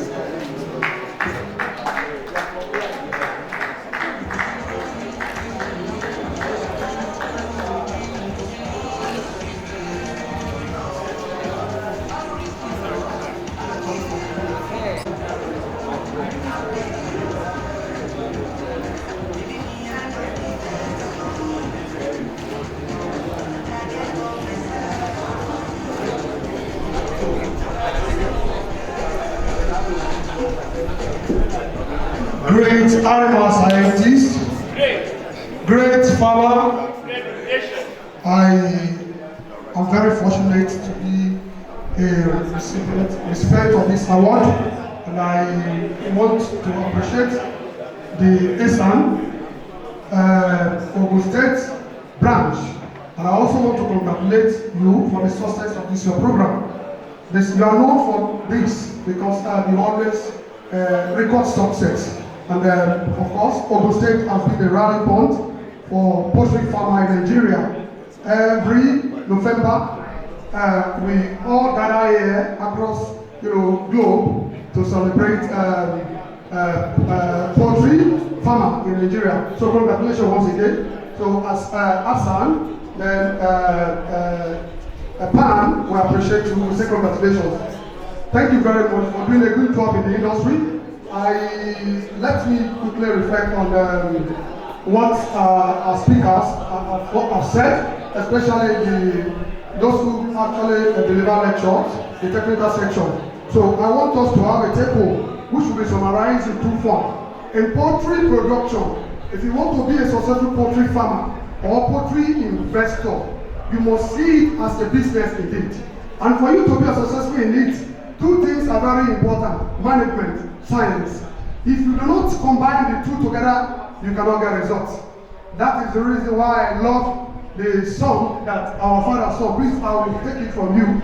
The song. So yes, I so much love it. So anywhere we go, in our poetry show, maybe small mega show, we have to be singing this so that it will sink to people's brain that this is an investment, not just a mere hobby. So we have to see it's high time. Like I used to sell stuff. I used to sell poultry farmer also. You must operate for poultry the way a petrol dealer operates his business. You must operate your poultry business the way First Bank, PSC, operate their business. It is high time we start seeing this way. Otherwise, the industry may collapse. Whereby we start seeing foreigners coming in, as we are currently experiencing, feed industry. Now, the foreigners are hijacking the industry away from us, and we're folding our hands. None of us is doing anything. They come from India, from China, from Europe. They're taking over our resources. They take it away from you. They employ your children, pay their peanuts, and give them outrageous targets. Some of them often, recorded accidents because of achieving their targets. And after using them for 2, 3 months, 5 months, 1 year, they use them and dump them. This is the trend in the industry. So for how long are we going to continue to hold our hands? So please, I want to call the attention of Asan. I want to call the attention of PAN. I want to call the attention of VCN and all other relevant organizations to collaborate to ensure that this activity is being circulated by encouraging our indigenous people to come to production. Today we are happy. We've seen I don't want to mention them, but we know indigenous with me, and they're making us proud. So let us continue to encourage them, because there are a lot of opportunity, enormous opportunity in this industry. Population will continue to increase. If care is not taken, we start seeing chicken being imported, feed being imported from India, from China, from Ghana, very close to us here. So should we continue to fold our hands and see this our industry being encapsulated by foreigners?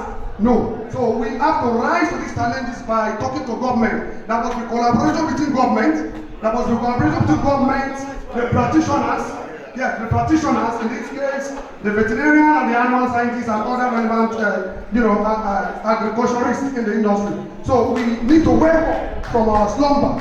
So also the researchers too. But I'm not too surprised when we have a forum like this, a program like this, we don't see our professors in number. We don't see them in number, and they're having beautiful research work. They are decaying on their shelves. They are there, but they're not coming here to come and tap, opportunity from the captain of industry that are here on this table, so that they can get their, delivery project being commercialized, so that we can benefit from it. They just read in the academic hall, and the research work is there. They class for PhD, activities presenter, class for master, graduate presentation after the presentation, the first degree. But where is the research going? How is it going to benefit to the farmer of the feed? So we need to call on this our researcher to indeed form a collaboration. Indeed, collaboration, we need it. The researcher, the industrialist, and the government organization. Please, I also want to draw our attention to the fact that with the industry, our people are, getting old. Though, they are getting old, but they are still very vibrant and very young, in their stature. I would like to especially talk about my mom here. I call her my mama. My mother in the industry. Mrs. Omotosho. So, and Pastor Tao, I know in absentia, I'm appreciating the two of them because they stood by me when the going was so tough. So today, I think I'm making them proud, so to say. So thank you very much, and the cost of order. So thank you very much. Long live Asan, long live Ogun State, long live Poultry Association of Nigeria. Thank you very much. And this award is hereby dedicated to my staff, entire family of Little Big Nigeria Limited, including staff, family, customers, and my mentors. Thank you. This is Modubai. I appreciate it. By Dr. Akinwale Olufemi, an animal scientist. Our mission at FDH Agrovet Limited is to be a leader in the animal health sector, providing high quality and safe pharmaceutical solutions for pets and productive animals in Nigeria. Through the import and manufacturing of veterinary products, we are committed to improving the well-being and quality of life of animals, thus contributing to the progress of the industry and society as a whole. Our marketing activities cover entire Nigeria with 14 professional marketing executives and over 30 administrative staff.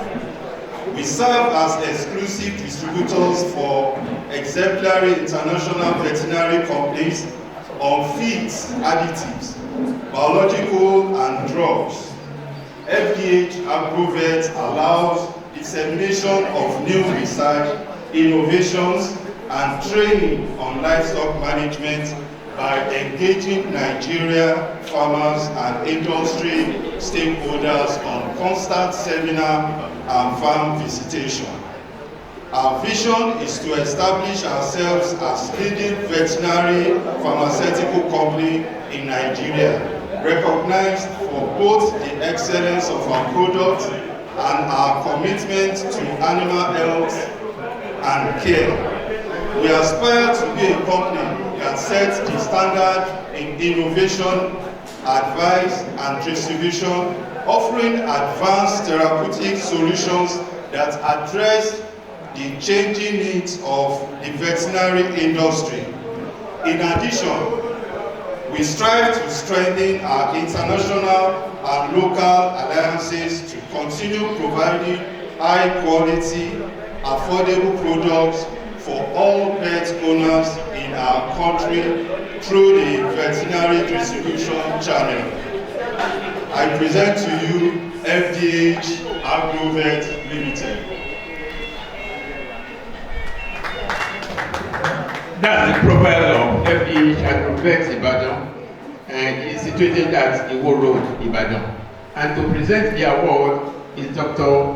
Ashiwaju Nasiru Olawale Olusoya. Thank you, sir. Let me say gentlemen and ladies, I would like to correct MC. He has been calling my name in different I don't know. I'm Ashiwaju Dr. Nasiru Olawale Olusoya. Why I need to correct you is that some people might decide to check online. So if you don't read my name properly, you get the right person that. So I'm Ashiwaju Dr. Nasiru Olawale Olusoya. Thank you very much. Thank you for giving me the second opportunity to present an award to people I would call great men in the poultry industry. Dr. Akinwale is my friend, a classmate, and a business partner. So he's not a new person to me. All we've read about his profile are correct. Congratulations, sir. The award is presented by Asan, Ogun State. Mommy, sorry, ma. I don't know whether you are actually correcting me or correcting the entire people here. when I mention, I know I'm the one that mentioned Asan Ogun State chapter. I now said, no, it is not the chapter, it is a branch. Myself, this my brother there and myself, we decided to go online to find out the different and the most appropriate word to describe this association. You know, discover that if you use your ChatGPT, it tell you that chapter is the appropriate one because this is a professional body and not a business or government body. So I want the LOC or the Asan Ogun State to actually go and work on that and tell us the appropriate words to use. Sorry, man. I don't usually correct elders, but in a situation like this, so that nowadays we need to put the right thing out because you don't discover that people just be making unnecessary comment on your page on the social media. Why should we be the branch? Why should we be? So once we are able to work on our own and discover the right adjective to describe ourselves, I think we should go to.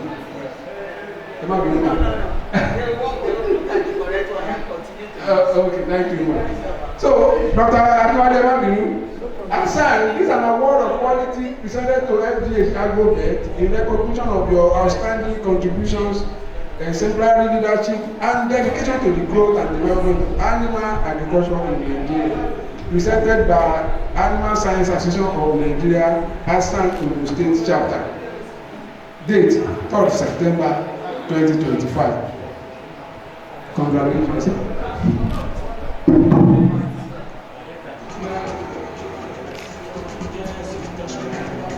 Wait, don't go yet.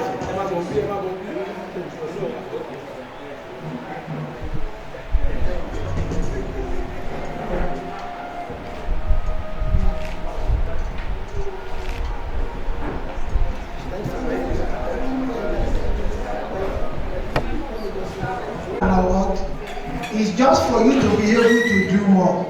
I appreciate that you are able to identify for what we are doing, and I present this particular award to our foreign researchers which we work together, and those ones that are also in the country, and to our entire staff. And I want to promise and say something that FDH Agrovet, we are here to look for innovations every day and to be able to fill the gap of whatsoever where the farmers are having an issues. Thank you very much again. We really appreciate you. Thank you. Manager of the company. And this is the profile of Adva Feeds. Adva Feeds Limited, proudly known through its flagship brand Adva Feeds, has emerged as a trailblazer in Nigeria's animal nutrition. Established within the vision of transforming the livestock farming, the company has consistently delivered innovative feed solutions that enhance animal health, boost farm productivity, and drive the productivity of farmers across the nation. From its fully automated factory in Ibadan, Oyo State, with a production capacity of about 120,000 metric tons annually, Added Feed Mills has combined cutting-edge technology with scientific research to produce a world-class feed product. Guided by an experienced leadership team, the company continues to set the standard for quality, efficiency, and reliability in Nigeria's feed sector. Through a strong nationwide distribution network of dealers and sub-dealers, Added Feed Mills ensure that Adva Feed is accessible to farmers in both rural and range, not only strengthens the agricultural value chain, but also empowers entrepreneurs, creates jobs, and fosters sustainability to rural development. Recognized for its unwavering commitment to excellence, the company upholds the highest quality and safety standard backed by NAFDAC approvals and adherence to international best practices.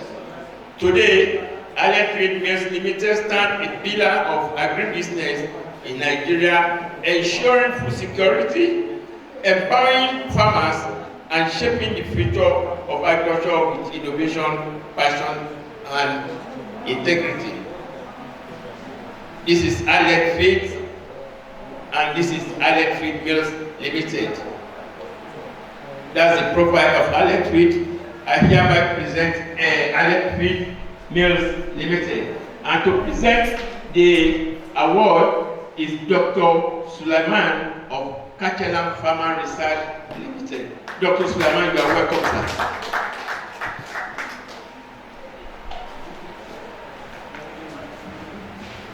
Good afternoon, everyone. It's a privilege. On behalf of Animal Science Association of Nigeria, the chapter, I hereby present a award of quality to Allied Feed Mill Limited.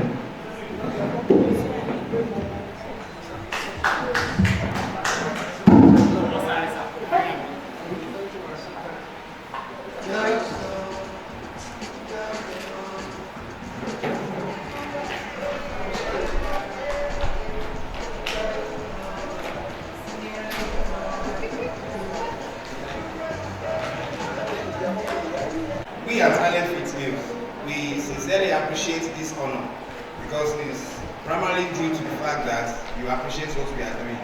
That's why you find it deemed enough to honor us with this award, and it is well appreciated. We promise that we will continue to be in support of the Asan body anytime you call on us. We will continue to support you. And for the farmers too, we will continue to dish out premium feed quality. Like earlier mentioned, for the rest of us that are still here, Nigeria as a country is still a huge market for the industry. Looking at 450 million is quite a lot. So please, let's continue to do our best. Let's continue to give it the best shot. Thank you very much. That long-page profile is Dr. Iyoda Adeboyega, a lecturer from Federal University of Agriculture, Abeokuta. You are welcome, sir. Thank you very much, sir. Ladies and gentlemen, our distinguished guests, and the representative of Hybrid. It is my honor to present this brief profile of Hybrid Feed Limited.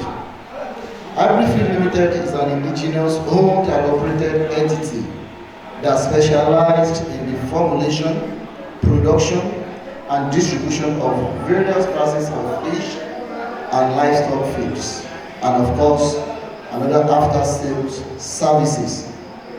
Hybrid Feed was established in 2005 with their headquarters in Kaduna, Nigeria, with more than 15 years of combined expertise in feed formulation and with an average monthly production of over 35,000 metric tons. Within the space of 20 years of a combined expertise in feed formulation, an average monthly production of about 2,000 metric tons in 2005, and it has tremendously overshot their production to over 50,000 metric tons presently. The company began operation in 2005, but only became a corporate entity in April 4, 2008. Hybrid Feed is one of the leading firms in feed sectors in Nigeria. And of course, they have a lot of products, categories, and services. And they have animal feeds and concentrates, animal protein, feed additives, and of course, logistics and distribution. They have animal feed deliver a range of super quality feeds to the Nigerian market in form of ruminant rations, layers through pullet rations, broiler rations, breeder rations, concentrate lines, and fish feed. Some of the sectors served by hybrid feeds are poultry integration, dairy and cattle, feed mill, and aquaculture. They have a lot of affiliates, and Feed Tank Limited is one of them, Hybrid Grain Limited, Mother Hen Farm Limited, Refco Nigeria Limited, and of course Fish Distribution Company Limited. I present to you the Hybrid Feed Limited for the award.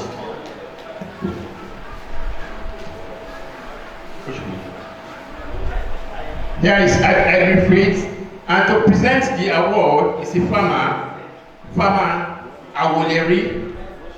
Please come up to come and present the award to Hybrid Feed, farmer Awoleri.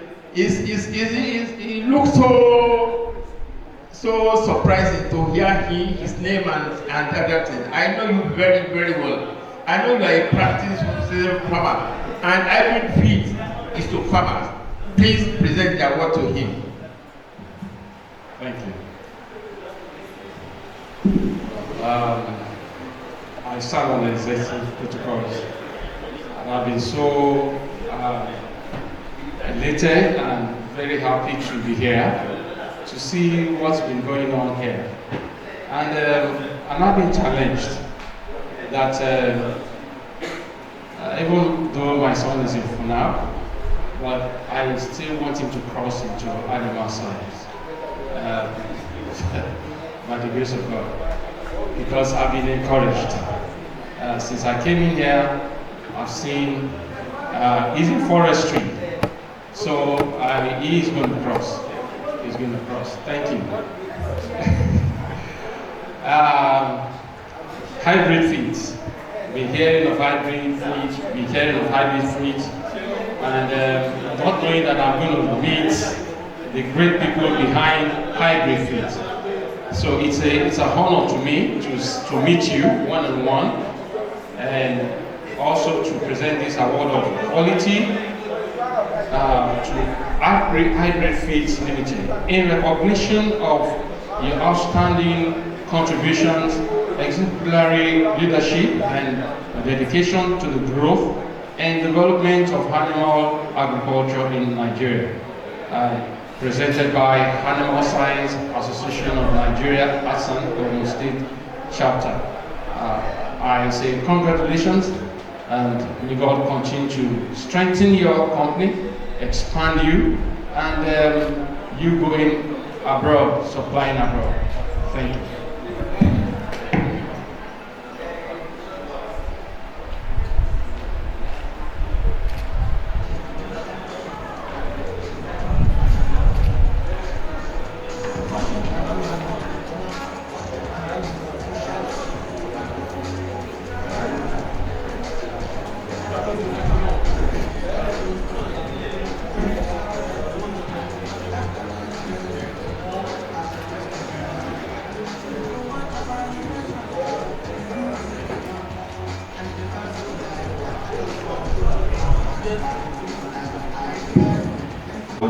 We want to say a very big thank you to Asan, Ogun State branch chapter.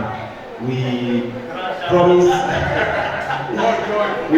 to keep our qualities high, and we plead your support for indigenous companies. My guy the other time mentioned a few about it. See, we really have to do more with indigenous companies before our country will crash. So the same way we don't want amen. The same way we don't want brain drain for our country, for youth to keep trapping out. It's the same way we should support indigenous companies. God will help us and we'll all go together. Thank you so much. That's an award for state. As a backyard poultry farm, the farm started with 60-day-old chicks, pullets, purchased from the then Mitchell Farm, Astri, in the June Road, Pence Cinema, Agege, Lagos State. On August 25th, 2025. 1995. 1994. 1994, yeah. It was the typographical remain. The company was founded by Taiwo Olusoya while he was a final year student of the then Ogun State Polytechnics, Abeokuta, now renamed Mashood Abiola Polytechnics, Abeokuta. The company started with the name Nota Commercial Enterprise, registered in 1996, changed to Taiwo Farms Enterprise on 13th December 2001. It became a limited liability company on 25th March 2010. Our current production is increasing at an increasing rate on monthly basis. The farm capacity is at enviable state in the area of egg production and broiler meat. The company also engaged in commercial feed feeding services since February 1998. The company brand's name for the feed is Joyful. Consequently, the branded product names are Joyful Feed, Joyful Egg, and Joyful Chicken. Our administrative office is at Plot 1, Celebo Store, beside Majopa River, Akari Road, Isaleoko, Shagamu, Ogun State, Nigeria. The management team consists of the CEO and the MD. The company is led by Chief Nasru Olawale Taiwo Olusoya, who is the founder and the CEO of the company. He is supported by his amiable wife, Mrs. Janet Oluwatoyin Olusoya, who acted as Deputy Managing Director. Chief Taiwo Olusoya hold a PhD of Science in Business Administration with emphasis on entrepreneurship and small business management from Bangkok University. The team management staff and department consists of account officers of the company and the sales and operation manager, feed mill manager, farm manager, and of course assistant farm manager. And they have some other services provided are table eggs, catfish, live and dressed chicken, livestock feed of different types, and commercial feed milling. I present to you the CEO and MD of Taiwo Farms Limited for the award.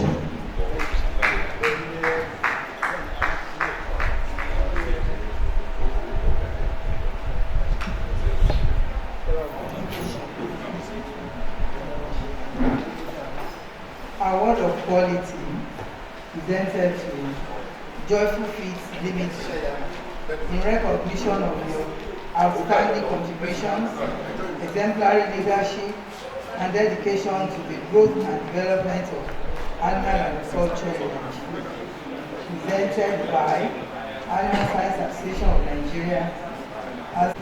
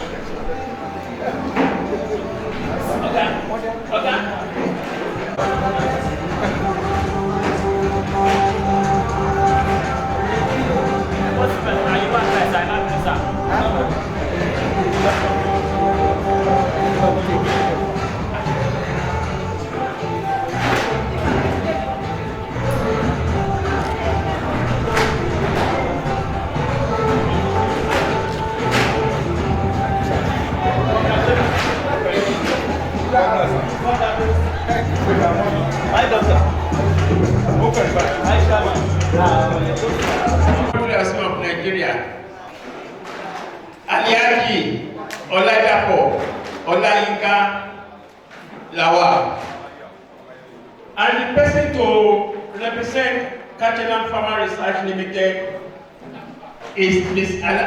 Dr. Sulaiman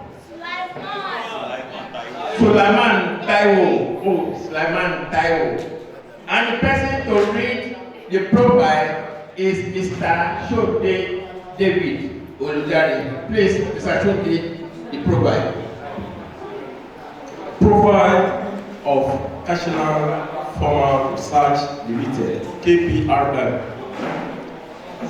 National Pharmacy Research Limited, KPRL, is an indigenous veterinary pharmaceutical manufacturer company in Nigeria, founded in May 2018 with registration number 1498730. The company committed to advancing animal health through innovative, affordable, and high-quality treatments that address infectious disease, chronic illness, and nutritional deficiencies. The company goal is to improve animal health outcome while supporting sustainable livestock farming practice across Africa. Focus area: veterinary pharmaceutical research and development, diagnostics, farm health support, and livestock productivity solution. Regional reach: operations in 25 plus Nigerian states and export to Cameroon, Niger, and Benin Republic. Parent company: Landshark Company Limited. The company ecosystem: KPRL operates in the veterinary, pharmaceutical, and agribusiness ecosystem, connecting with diverse stakeholders, industry, markets, supply chain, regulatory environment, and allied sector. This integrated ecosystem allow the company to deliver impact from R&D to farmer adoption while ensuring compliance, affordability, and regional accessibility. KSP journey: the company founded in Abeokuta, Ogun State, Nigeria in 2018. Launch of oral input products line, secure NAFDAC and VCN certification in 2019. In 2020 to 2022, launch of flagship products including cat floss and cat foam. In 2023, expanded into advanced powder manufacturing, and in 2025, revenue surpasses 600 million naira with wider West African market penetration. Their main vision is to be armored in the delivery of innovative quality pharmaceutical products and solutions that enhance life and healthy living. And their mission are with world-class products and they focus on exceeding expectations. They leverage research and skill resources to make tangible differences in life of their valued customers. And finally, I want to tell us that the regulatory compliance are fully certified by NAFDAC, NPMA, and VCN. GMP compliance process. Employment impact: direct employment, 55 staff members on KPRL payroll.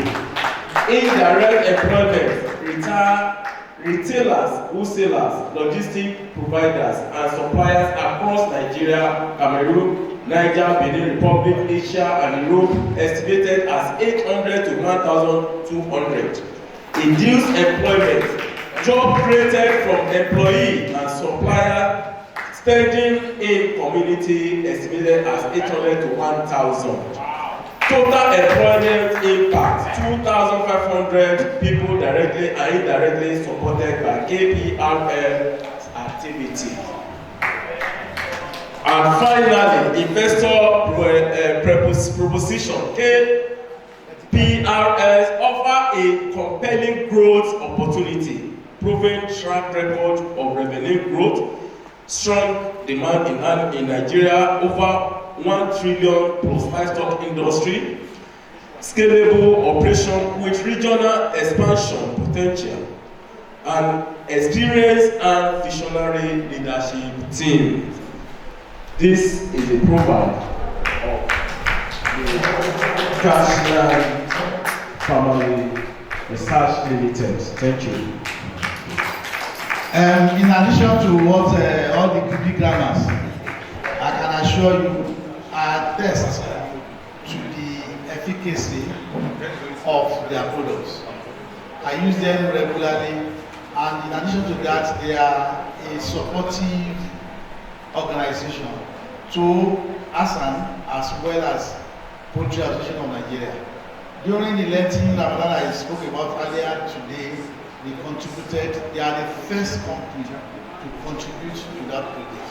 So on behalf of Asan, we want to implore you to continue to do more products on your stable, and we want to relent. Tell that we still have more to do. We want to promote listening on radio, television, nationwide, so that when that thing is there, everybody will benefit. Congratulations on the award from Asan to award of quality to Cashland Family Research Limited, done by Animal Science Research.